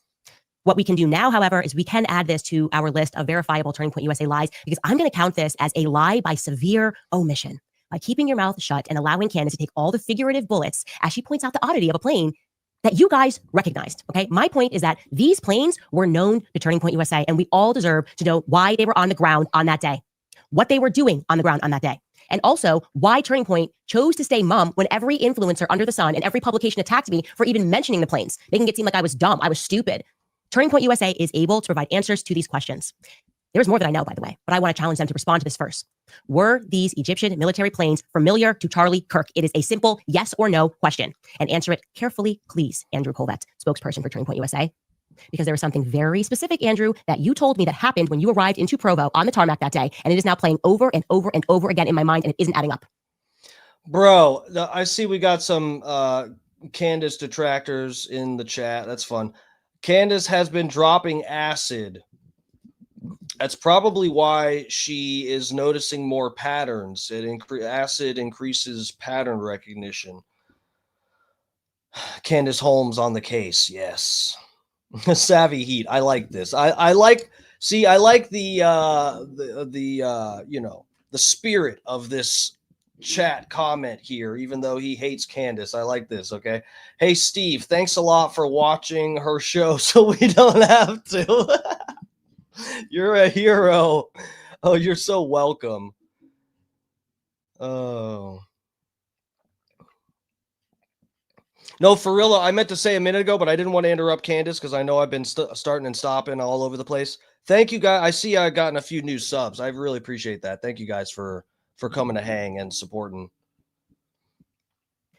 The vacation rental, if it's not listed on booking.com, it's invisible to millions of travelers on our platform. Don't let your vacation rental be invisible. They're on Epstein Island. Get seen, get booked. On booking.com, booking.yeah. The Bay Area. Guys, if we get to 1,000 subs, I will pay for YouTube Premium. Is home. We and are. then I'll put the ads on my video. Aha! A community through thick and thin. And I really thank you guys for. Another point I'd like to follow up with, Andrew Colvett, let's stick with you, is that in the hospital on that day, you told me, you were in the hospital, that you were told that there was a credible threat against me and Tucker Carlson. Specifically, you told me that me and Tucker Carlson were on a list and that you were just telling me as a friend that me and Tucker should lay low. And after you told me that, I ended our phone call and I immediately called Tucker Carlson. And I said, hey, terrified, obviously crying all day, and telling him that he and I have to lay low because there's a credible threat. Bro, so she was told by who? The TPUSA, the TPUSA dude, Andrew, whoever the fuck.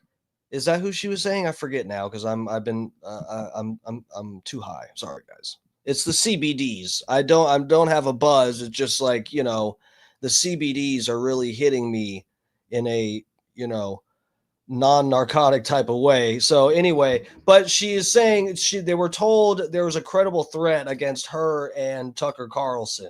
And it is now really living inside me that you did not tell me who that threat was from. I assumed the feds told you, but I asked you the question, why wouldn't the feds call me directly if there was a threat against my life? No such call has come in. How is that possible? How could someone have told you that there was a credible threat and that me and Tucker Carlson should lay low, and yet me and Tucker have since not been notified by any federal agency about those credible threats? Who do those threats come from? Because I gotta tell you, there are a lot of people. They came from Erica Kirk. People making videos about me and Tucker Carlson, and none of them are Egyptians, okay?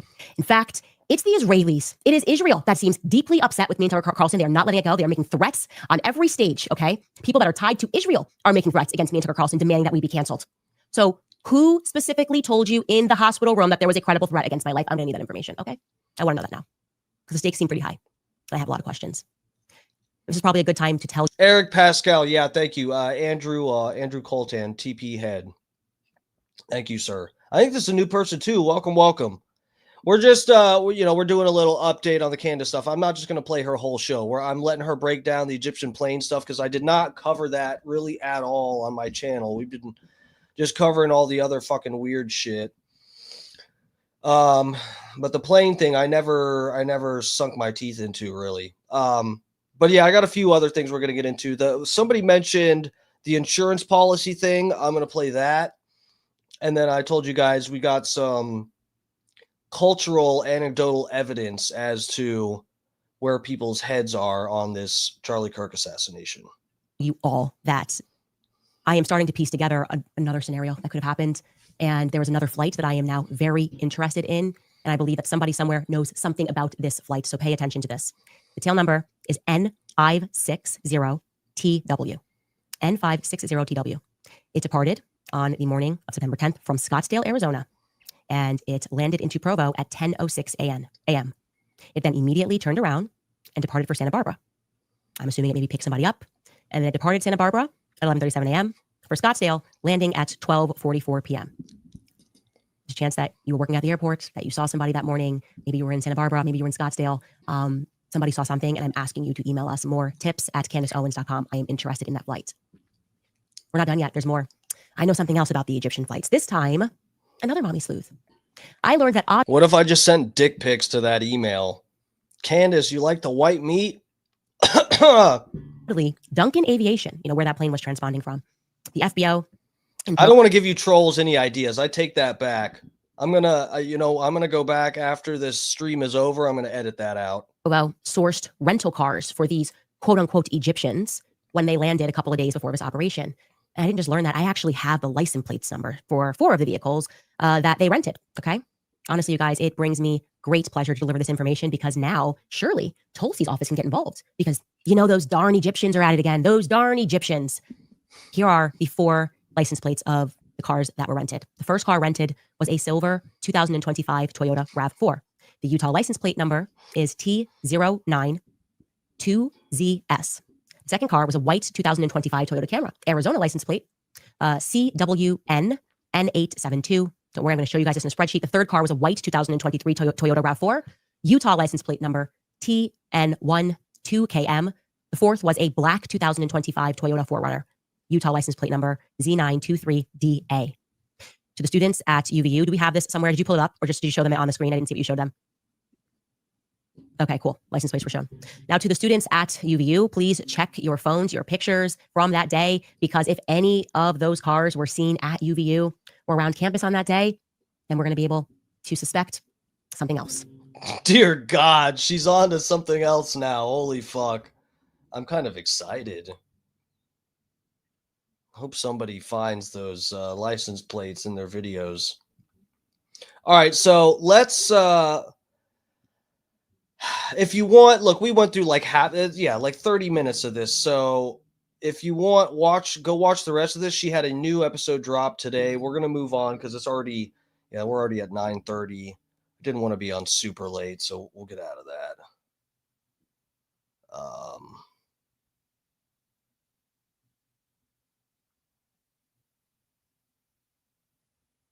That last one was my Uber driver. R.I.P., bro. R.I.P. Candace is on the case. All right, so let's see here. Oh, yeah, so we're going to go to this first. Here we go. Okay, so the life insurance policy thing. Okay, guys, so remember, this is something I saved. Someone mentioned this in my chat, and I happened to save it.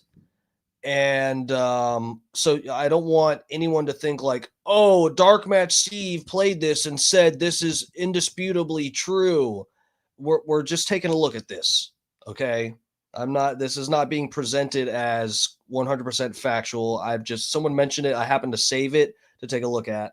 So anyway, oh fuck, I got to get you guys on here. Let me get you guys to this tab. Hold up. Okay.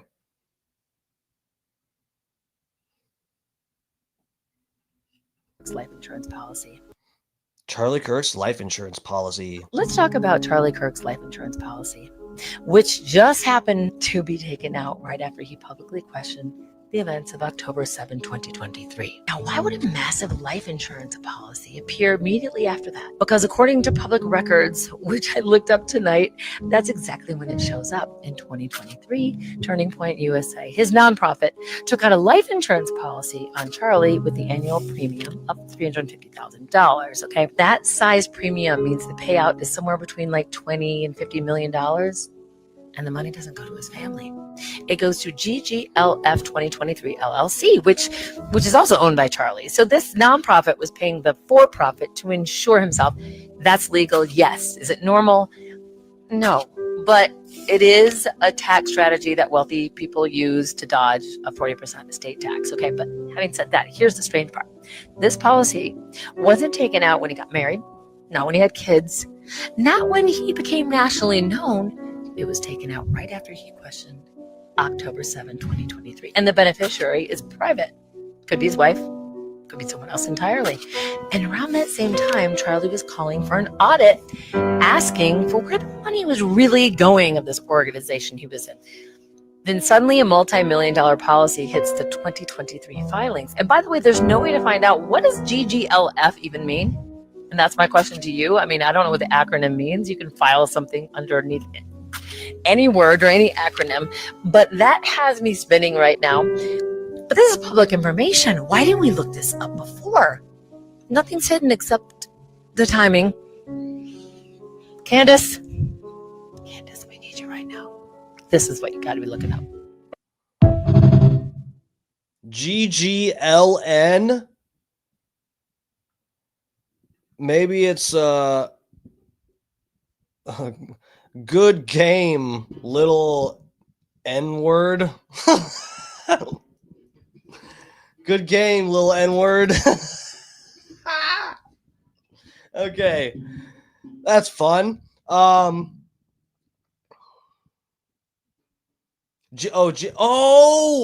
that is right. Forbolt. Forbolt's actually on the case here. I think Forbolt is actually Candace Owens' assistant investigator. Gigi is one of his kids' names. That is a very, very good point. Hot moms are tough to silence. That's funny. All right, where were we going next? Fuck, what was the oh yeah, okay. So this is actually right. Some over here. Hold on, guys. Give me one. Okay, here we go. Yeah, I found it. We good. Let me find the first video.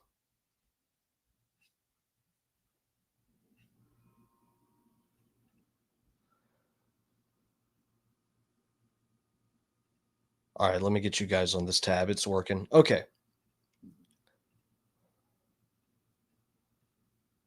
Over here.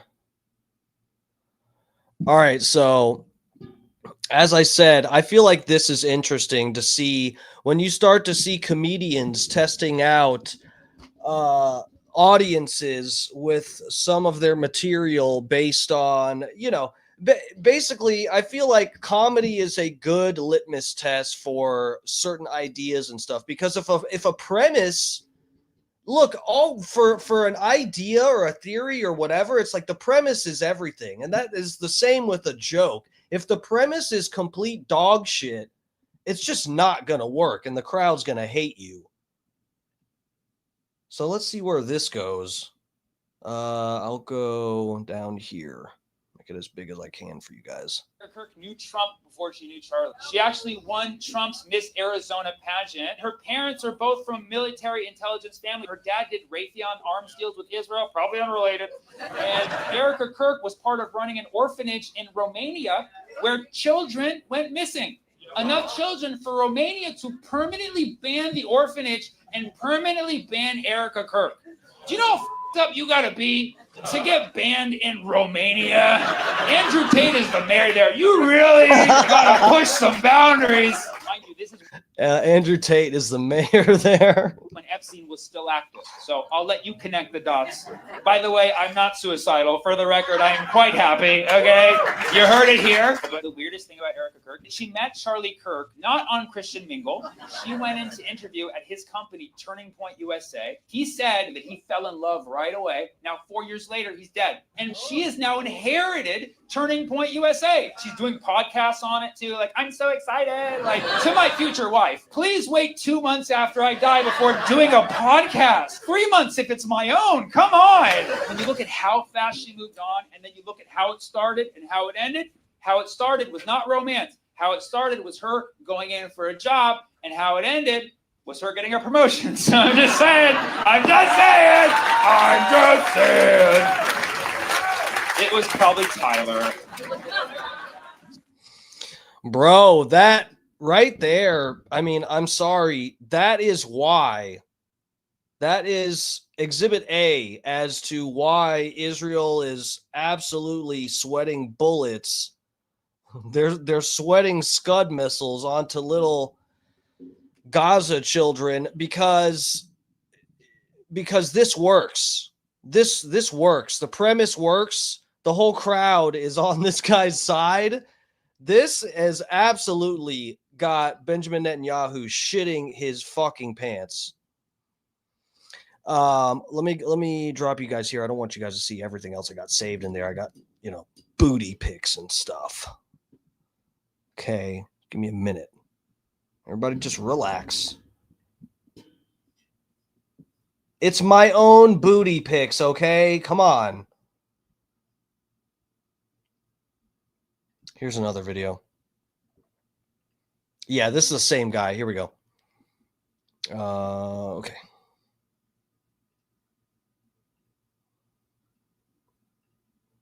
Well, it's my first outdoor show since Charlie Kirk. I'm trying to figure it out. I haven't been outdoors since. And don't worry, we checked all the roofs for furries. There's no furries. There's just like one white kid with his grandpa's rifle. But so I just want to kind of get where the public's temperature is at. Who here believes that it was Tyler?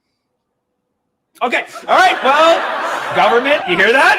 Not even one person. Bruh. Person raised their hand. Everybody was like, nah. Bro, we're in danger when everybody in America is Alex Jones. Like, it's pretty. Oh, I smell weed. Nice time. Yeah, crack open the conspiracies, huh? Hope it's a sativa because I need you to focus. I've actually seen something even more convincing. Somebody did a slow-mo where they show he's wearing a lapel mic. You see it go like that, and then you see something come out of his neck. It almost looks like the lapel mic either exploded or literally fired a bullet. I mean, that's kind of far-fetched because I don't think any place in the world has the technology to make a little small piece of technology explode like that and find a tricky way to give it to somebody. Trevor, where did we get this lapel mic from? Was it Tel Aviv Tech?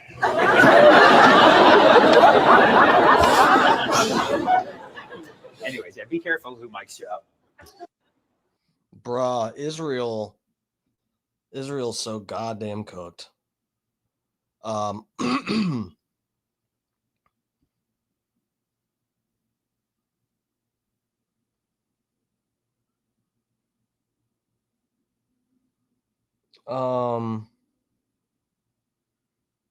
Is this another? I was just trying to show you guys the Kirk stuff.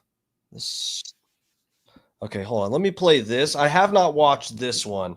Yeah, they are good jokes. It's pretty funny.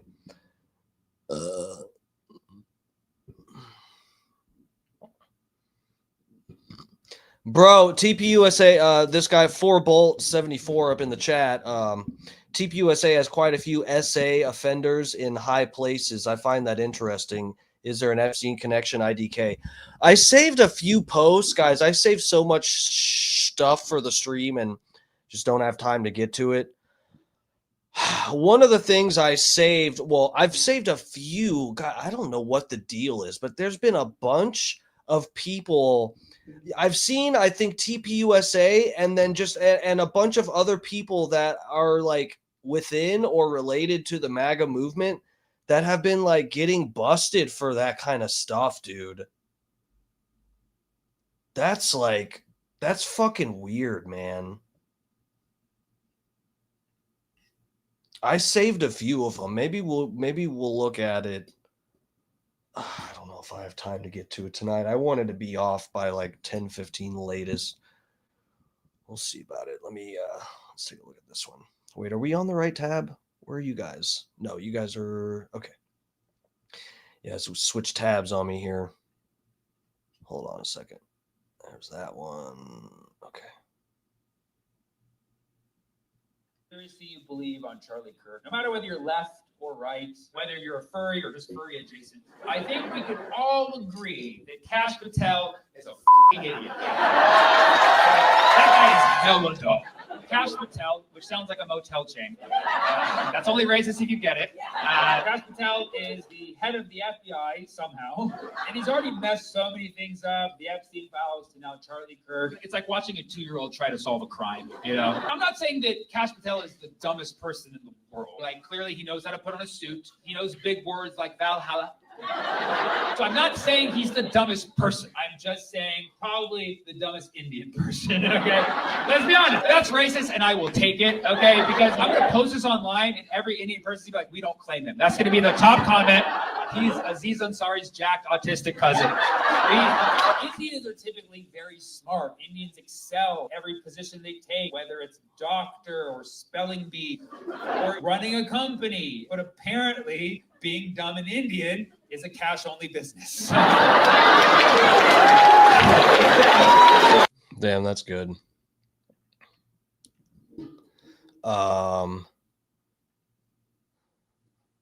right, let's take a. Oh, here. Oh shit! Hold on a second. Yeah, I was scrolling on this. What I've got saved on the Graham here. Who is this guy? Bro, this is what I was talking. I told you I saved another. Look at this. Who the fuck is this guy? Yeah. Bro, here we go. New York Post. Allied drug dealer freed by Trump, now convicted of molesting his kids' nanny and assaulting toddler. Okay. And he has a very small hat on. I'm not sure what that hat represents, but it's very tiny. And it only covers the bald spot back there. That's an interesting fashion choice.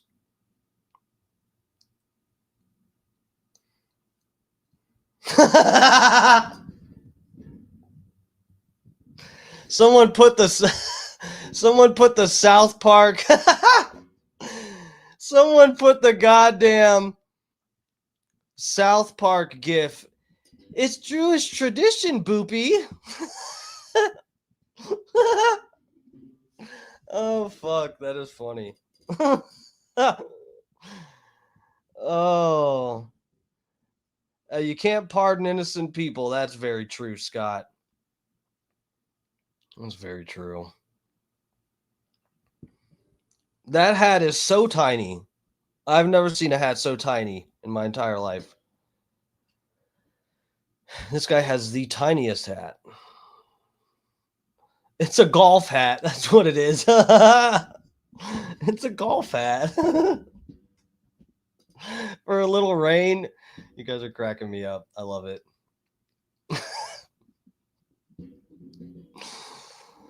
Oh.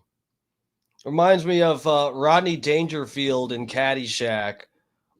He's like, the hat's ugly. Hey, but it looks good on you. Hey. Oh, fuck.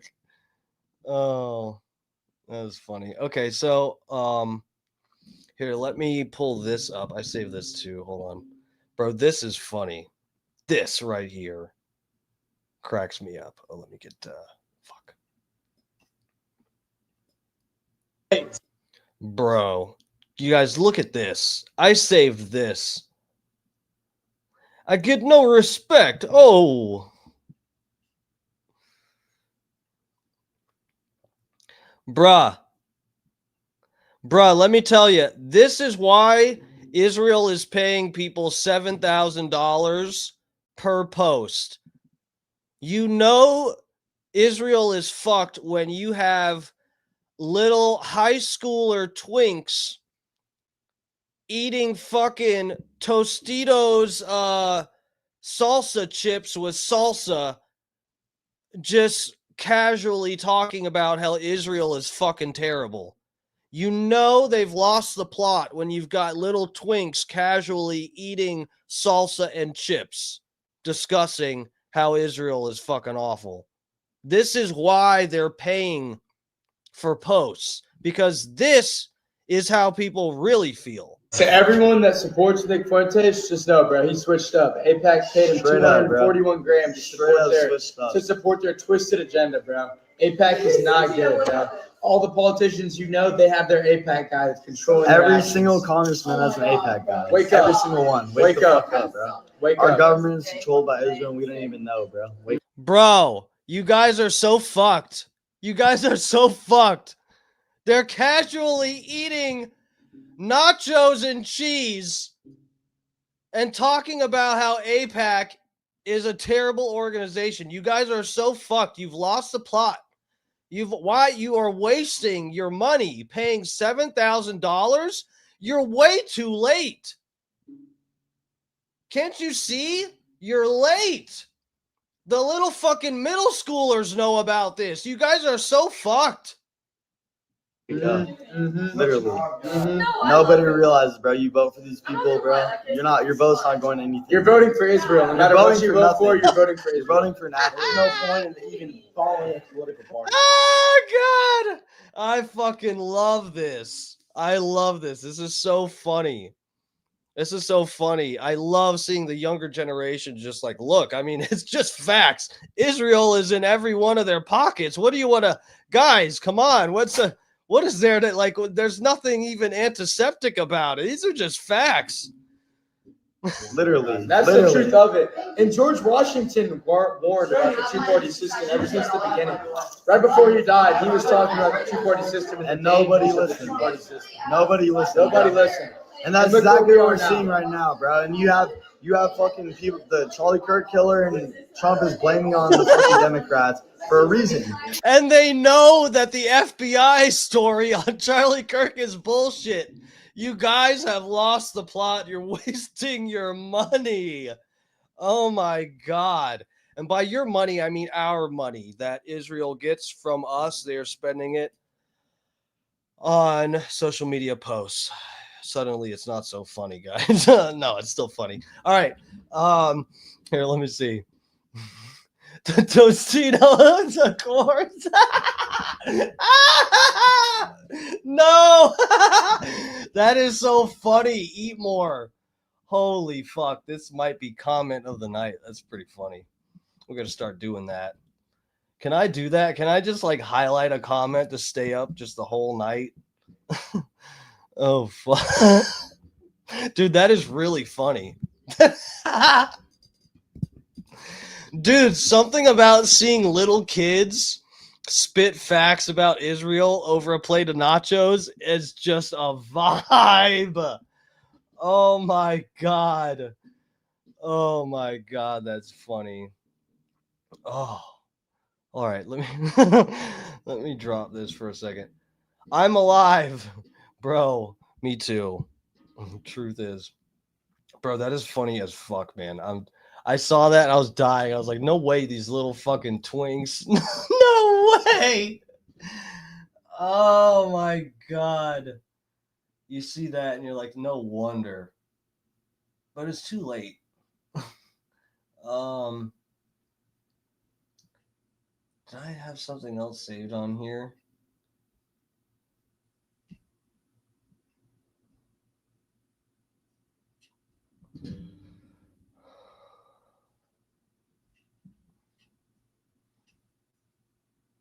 Oh, well, this is just funny.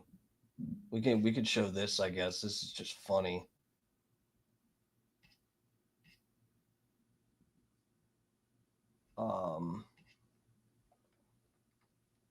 God, some of the shit I save on Instagram gets deleted. I don't know what kind of fucking monkey games they're playing over there, but guys, I think I got kicked off of Facebook. I know the stream is down on Facebook. I've yet to go figure out what happened. But that's okay. Facebook, who cares?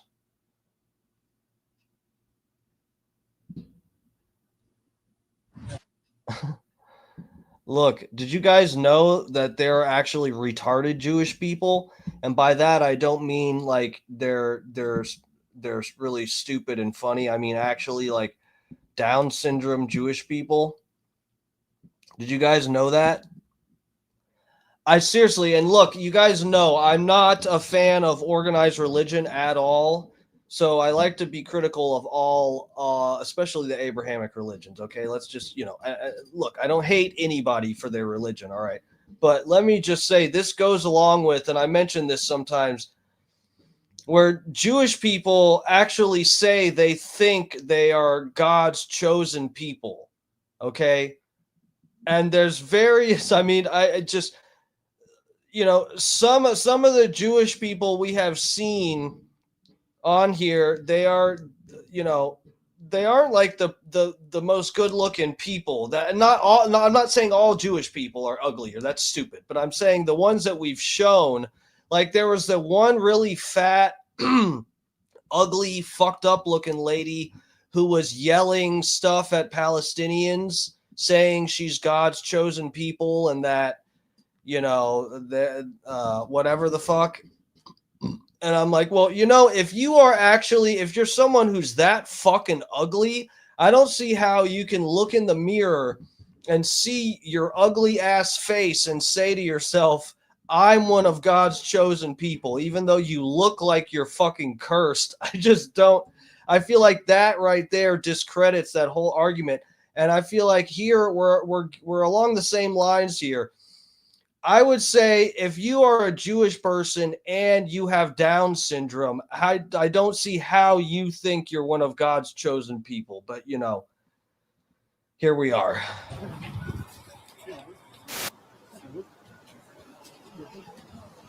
Hello. Hello.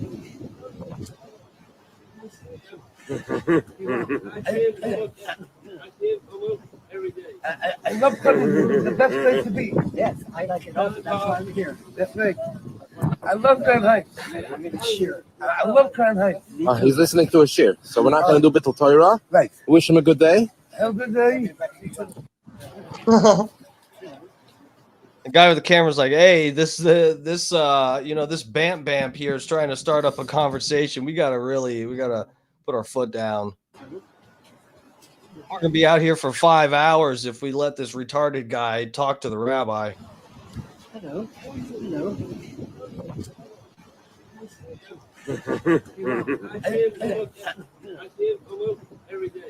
I love Cleveland. It's the best place to be. Yes, I like it also. That's why I'm here. That's right. I love Crown Heights. I'm in cheer. I love Crown Heights. He's listening to a shir, so we're not going to do Bittul Torah. Right. Wish him a good day. Have a good day. Look, they're chosen. Look, guys, they're chosen. Those are just Down syndrome kids in Halloween costumes. You know what? I respect that. If that's what we're looking at here, I wish it was that.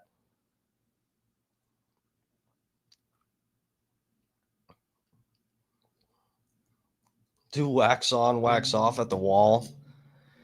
Bro, where is that dude, the Alex Stein segments with the wall?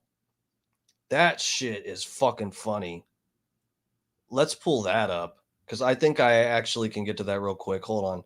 Because I where was that? Hold on. What are you guys looking at here? Oh, I dropped you. Okay, good. Let me see here.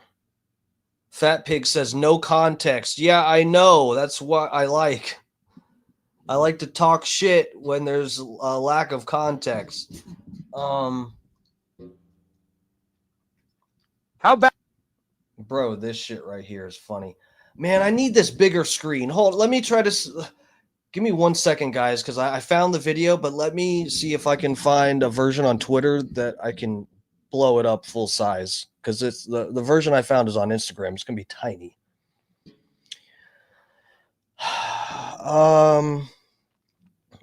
Okay, here we go.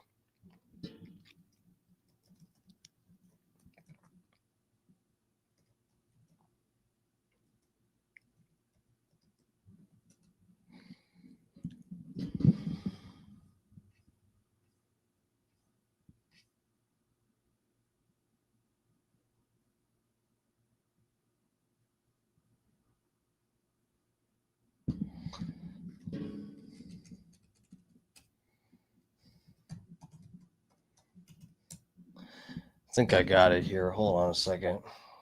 Man, oh, here we go. Here we go. I found it. I was going to say Twitter's been... Oh, you know what? Fucking Scott Starbird, I really liked your coverage of the Twitter stuff, dude. I didn't know what was going on with Twitter the other day. But sir, I appreciate your coverage of that. That was actually really good. I didn't know what the fuck was going on. But I guess suspiciously Twitter was having trouble like yesterday or something, right? And people are saying it had something to do with the fact that Grok had some kind of update or something where it enabled you to translate Israel Hebrew texts to English. And people started going to all these tweets that are in Hebrew and translating them to English, and a bunch of them were Israeli people calling for the genocide, like blatantly calling for the genocide of like Gaza kids, like specifically saying bomb those kids and stuff like that. And so they think they shut it down after that or something, right? It was something like that, Scott Starbird. That was very interesting, sir. I appreciate that because I didn't know what the fuck was going on. Okay, so let's go over to Twitter here. That's where I found this. Got a better version here. All right, so yeah, this is from, I can show you guys on Instagram. This clip is doing really well. Some people posted this on Instagram, and there was all these people in the comments asking, who the fuck is this? And as every one of them I saw, I was like, yo, this is Alex Stein. He had the show on, it was Primetime with Alex Stein on The Blaze. His contract didn't get renewed, so he's moving on to other things. But, you know, follow him, Alex Stein, Mind of Stein, all that shit.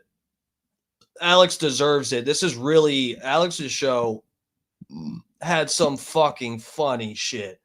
He deserves all the fucking credit he can get. Because this show was so good. It's such a bitch that this is over. How bad do you need $7,000? Bad. This is a money wall. When you go and you touch this wall, you get $7,000 for every tweet after that you say something positive about this wall. Pray, yes. Pray to the Jewish Lord. This wall is manly. Okay, well, it's okay to be gay, but talk good about the wall. This wall is my type, man. Benjamin Netanyahu's going to see this, dude. Say something smart. Benjamin Netanyahu has nothing on this wall. Very, very good foundation. You see some of the cracks. There is good foundation on the wall. No, Yes. you need to say something like, I love Israel.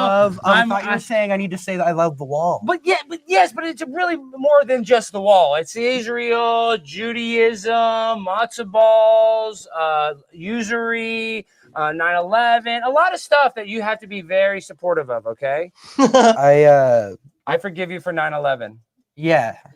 I don't know a pre-terror America. I forgive you for the USS Liberty. What else did they do? They've done a lot. Just forgive them for it. I We forgive forgive you. you. We forgive you, Israel, and we want you to accept us as part of your eternal success program, guaranteeing us $7,000 per positive tweet.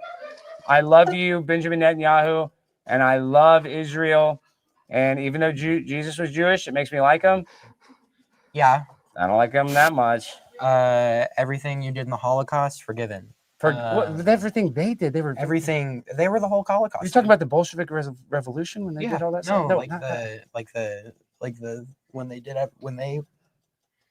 They didn't do it. Okay, first of all, 9 million people died in the Holocaust. Okay, and just don't break the wall. And those are because a lot of other people died, and Jewish people around the world died from anti-Semitism after it. So we love you, Israel. Please give us the $7,000 per tweet. And Nathan, you asked for the same thing. Just say, I need $7,000 per tweet, and I will give you my ever undying support. I need $7,000 per tweet. You can kill people. All right.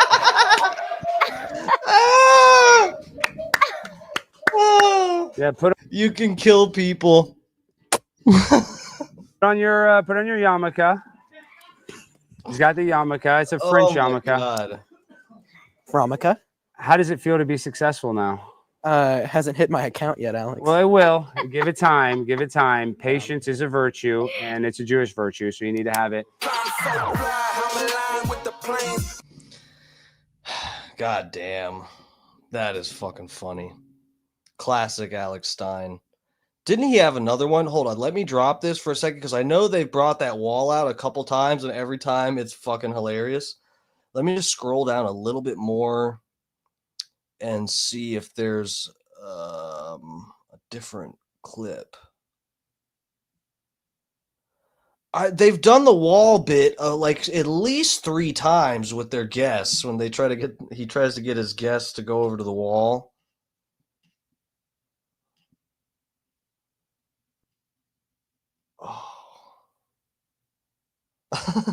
This is a Planned Parenthood clip. We'll play that too, maybe. Might go back to that. God.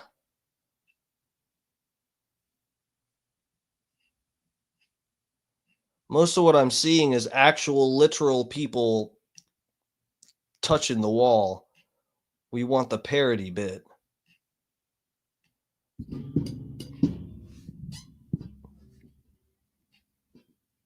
Oh, come on. Oh, that's the same one.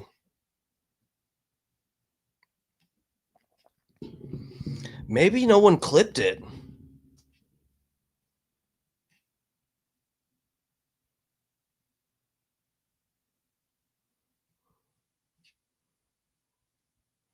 All right, let me go back up to the other video. We'll play this one. We'll end it with this. Maybe I'll play a parody song. We got new people in the chat. Maybe I'll play my Kanye West parody. We can do that. This is 3 minutes. So we can do it. Bruh, this shit's funny. You missed a parody? No, you didn't. No. I'm gonna play no, it was Rainy. What we played was Alex Stein. What he put the Wailing Wall on his giant screen TV that's in his studio, and they pretended to pray at it and stuff. It was really funny. All right, let's see. I'll go down here. This is Stein on some kind of Zoom deal where he's just fucking with these people. Thank you for having me. I appreciate you guys giving me my time to speak. One thing that I was a little frustrated, I believe it was Kim or somebody said something about Planned Parenthood negatively. First of all, I work at Planned Parenthood. The job I do at Planned Parenthood is very important. Having access to abortions is literally health rights. So I don't really appreciate that, especially with the trials and tribulations that I go through going to work every day. There's always people protesting. There's people calling me all kinds of words. So it's a very thankless job with all the abortions I do. So then I have to come to a council meeting and get called out by somebody in the city. I mean, it's just ridiculous. And it sounds like some woman that listens to Joe Rogan podcast.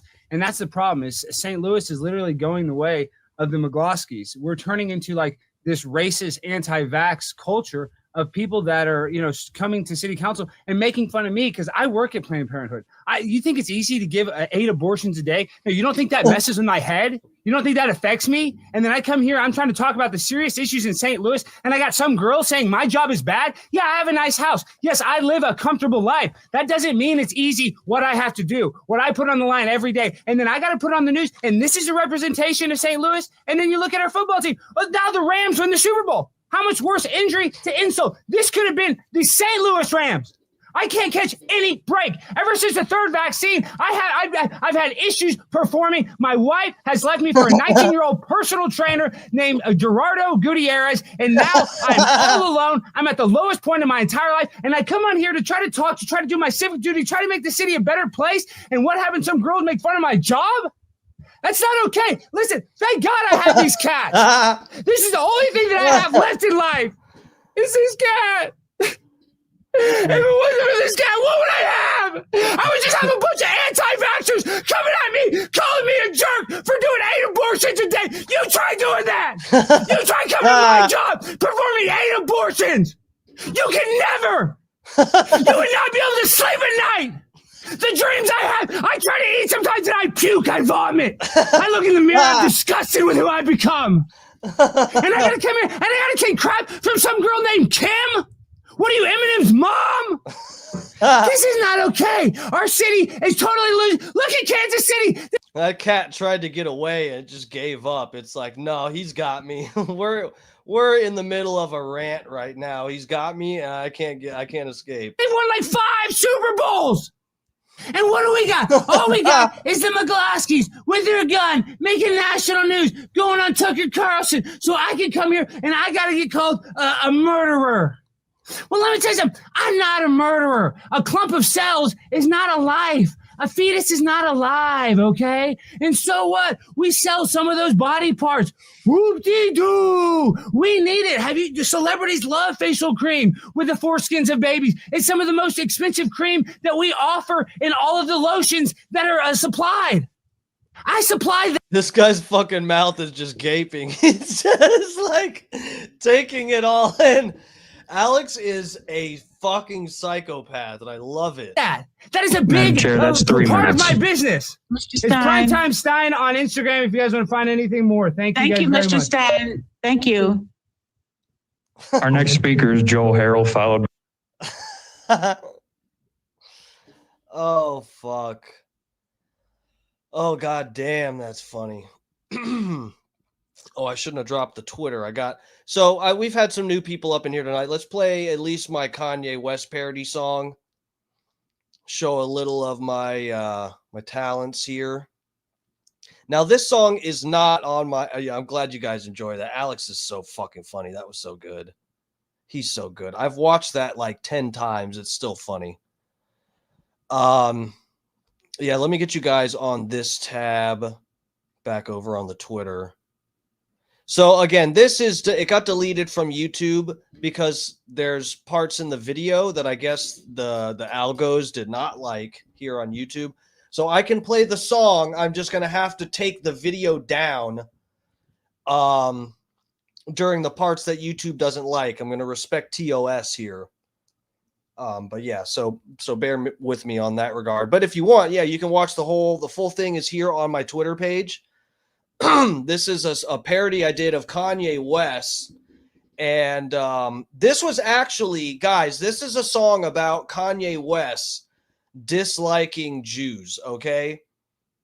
The song is sung from his perspective. These are not my opinions or anything like that in the song, okay? But just for perspective, just to show you guys how much of a fucking lyrical genius I am, some of you are probably going to hear this and you're going to go, oh yeah, no, that's funny. It's good lyrics. And considering that he put out, Kanye West released a bunch of songs, you know, talking about his Zitler and stuff, you'd be like, yeah, Kanye did all those his Zitler songs, so that makes sense. You do a song like this. No. I made this. Elbows Down is in the chat. Lover, welcome. Is it going to be? No, it's not going to be Riz Aces. No, not at all. No, but I made this. I actually put this out. You can see on the tweet here. When was it? February 21st of this year. That was before Kanye released the whatever World War II or III. I forget what the name of all that the Hitler stuff. So anyway, yeah, fucking. And the funny part is too, this is all coming full circle and it's really weird. I also did a parody of Dave Blunt's The Cup, that viral song, The Cup. And Dave Blunt's is that fat black rapper. He weighs like 600 pounds or something. I did a parody of his song, The Cup, and I called it The Fork. It's about, the whole song's about him eating too much, obviously. I can't put down the fork, that shit. I did that. Then I did this parody about Kanye West not liking Jews. And then Kanye West releases a whole album about him not fancying Jewish people. And it was written by Dave Blunt. Is that not fucking weird? Guys, is that not fucking weird? Can we be real here?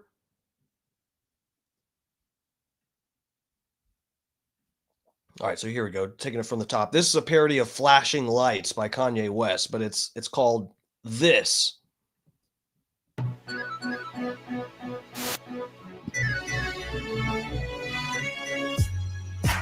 Fashion, Kai. Fashion, Kai. Fashion, Kai. Fashion, Kai.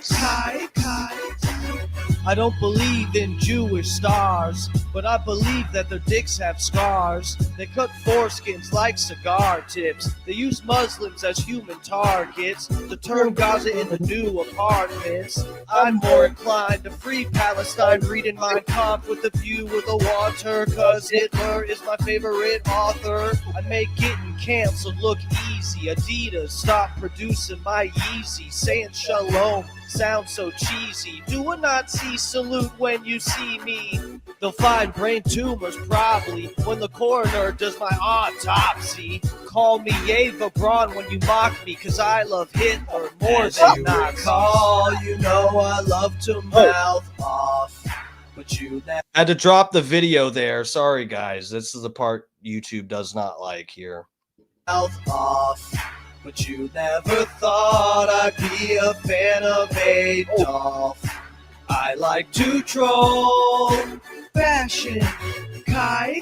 Now I've lost control. Fashion, Kai. No. I know I sound foul, my style, Gentile, Sieg Heil, I cannot refrain. I know I'm cray-cray, oy vey, like RFK. I have worms in my brain. I hope you all breathe in some gases and get turned into ashes. If your pictures get added to a Holocaust museum, I hope nobody goes to see them. You know I love to mouth off, but you never thought I'd be a fan of Adolf. I like to troll. Fashion, Kai.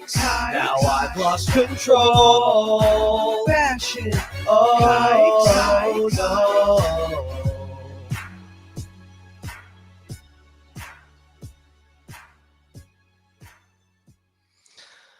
That shit slaps.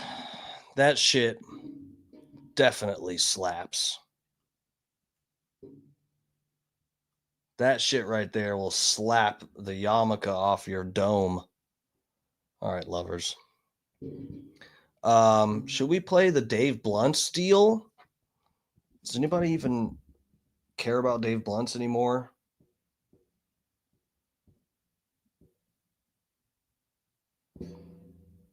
Didn't know Kanye liked kites so much. Flying kites is very fun. Don't underestimate that. All right, lovers. I think it's time to get out of here. We're past 10:15. Fun stream tonight, guys. I had a good time. I hope you guys did too. We laughed, we cried, we talked about Israel. What else is there left to do? Thank you for all the new people that checked out the stream tonight. I really appreciate you giving me a click. And I got some subs and stuff. I really, really appreciate that. We just like to do a fun base stream and just have some fucking fun, and not spend the whole stream trying to suck off a politician or something like that. A lot of people like to do a stream with their mind already made up and they're promoting some bullshit. That's not what we're going for here. So I hope you enjoy it. We'll be back on tomorrow night. Should be normal time, 8 p.m. Eastern time. 4 Bolt. Yeah, I appreciate that, man. I appreciate everybody. Thank you. Dutch Duke, lovers. Thank you guys and new people in here for real. I appreciate the new people coming to check it out. Tomorrow, I got a bunch of different shit saved for the stream. We'll see what we get into tomorrow. You guys know I don't like to spoil it too much anyway. So, but yeah, should be on around the same time. And from what I hear now, we've sort of established what the new evening lineup is. So it used to be Scott Starbird, who is my mod up in here, my boy, the captain himself, Captain Scott Starbird. He goes on at around 6 p.m. Eastern time. You can click here right on his profile. And then it used to be Alex Stein was sandwiched in between us at 7 p.m. But like I said, his Blaze contract was up. He's starting new stuff. Scott, can you put in the chat? I forget where you said his new show or where he's going to be doing new stuff for. You mentioned that on your stream, and I forget what it was. I meant to make a note. But yeah, it's going to be 11 p.m. So that's really good. I was hoping whatever Alex Stein figured out for a new gig, I was praying it wasn't going to be right in the middle of my time slot that I've kind of established for myself here. So yeah, that works out. I rarely go past 11. It's really, that only happens when we were doing full on bareback Charlie Kirk assassination coverage. And we were doing 4-hour streams for that. So that's not Real American Voice. Okay. Thank you, sir. I appreciate that. Brian from Philly. Thank you. Thank you, sir. Okay. So yeah, but it'll be at 11. So yeah, that's good. We still got, that's still a lineup we can work with. And I like Scott Starbird having the 2 hours, that's really, when you're doing it's different with Alex Stein's show. It used to be just an hour and he could really make that work. But when you're doing, a stream and you're sort of, I don't know how to explain it, but when you're doing an hour-long show, you have to have everything segmented out and really, really overproduced to get a lot in there. And Alex Stein and his team did it well. They really did. But for a streamer who is we don't have a whole production team. So sometimes it takes a little longer, especially Scott and me. We like to interact with the chat. So sometimes that you can get 30 minutes in before you're done sort of just welcoming everybody and feeling the vibe of the chat. So yeah, Scott, I like you getting 2 hours now. I feel like this is working out well for us. So I'm happy to hear Alex Stein got a new gig now and it won't interfere. All right, lovers, I'm going to get out of here. Thank you guys for putting up with me. For real, I appreciate the support. Fighting the algos. It's not a one-man job, for real. So hopefully I'll see you guys back here tomorrow night around 8 p.m. Eastern. Love ya. Mwah.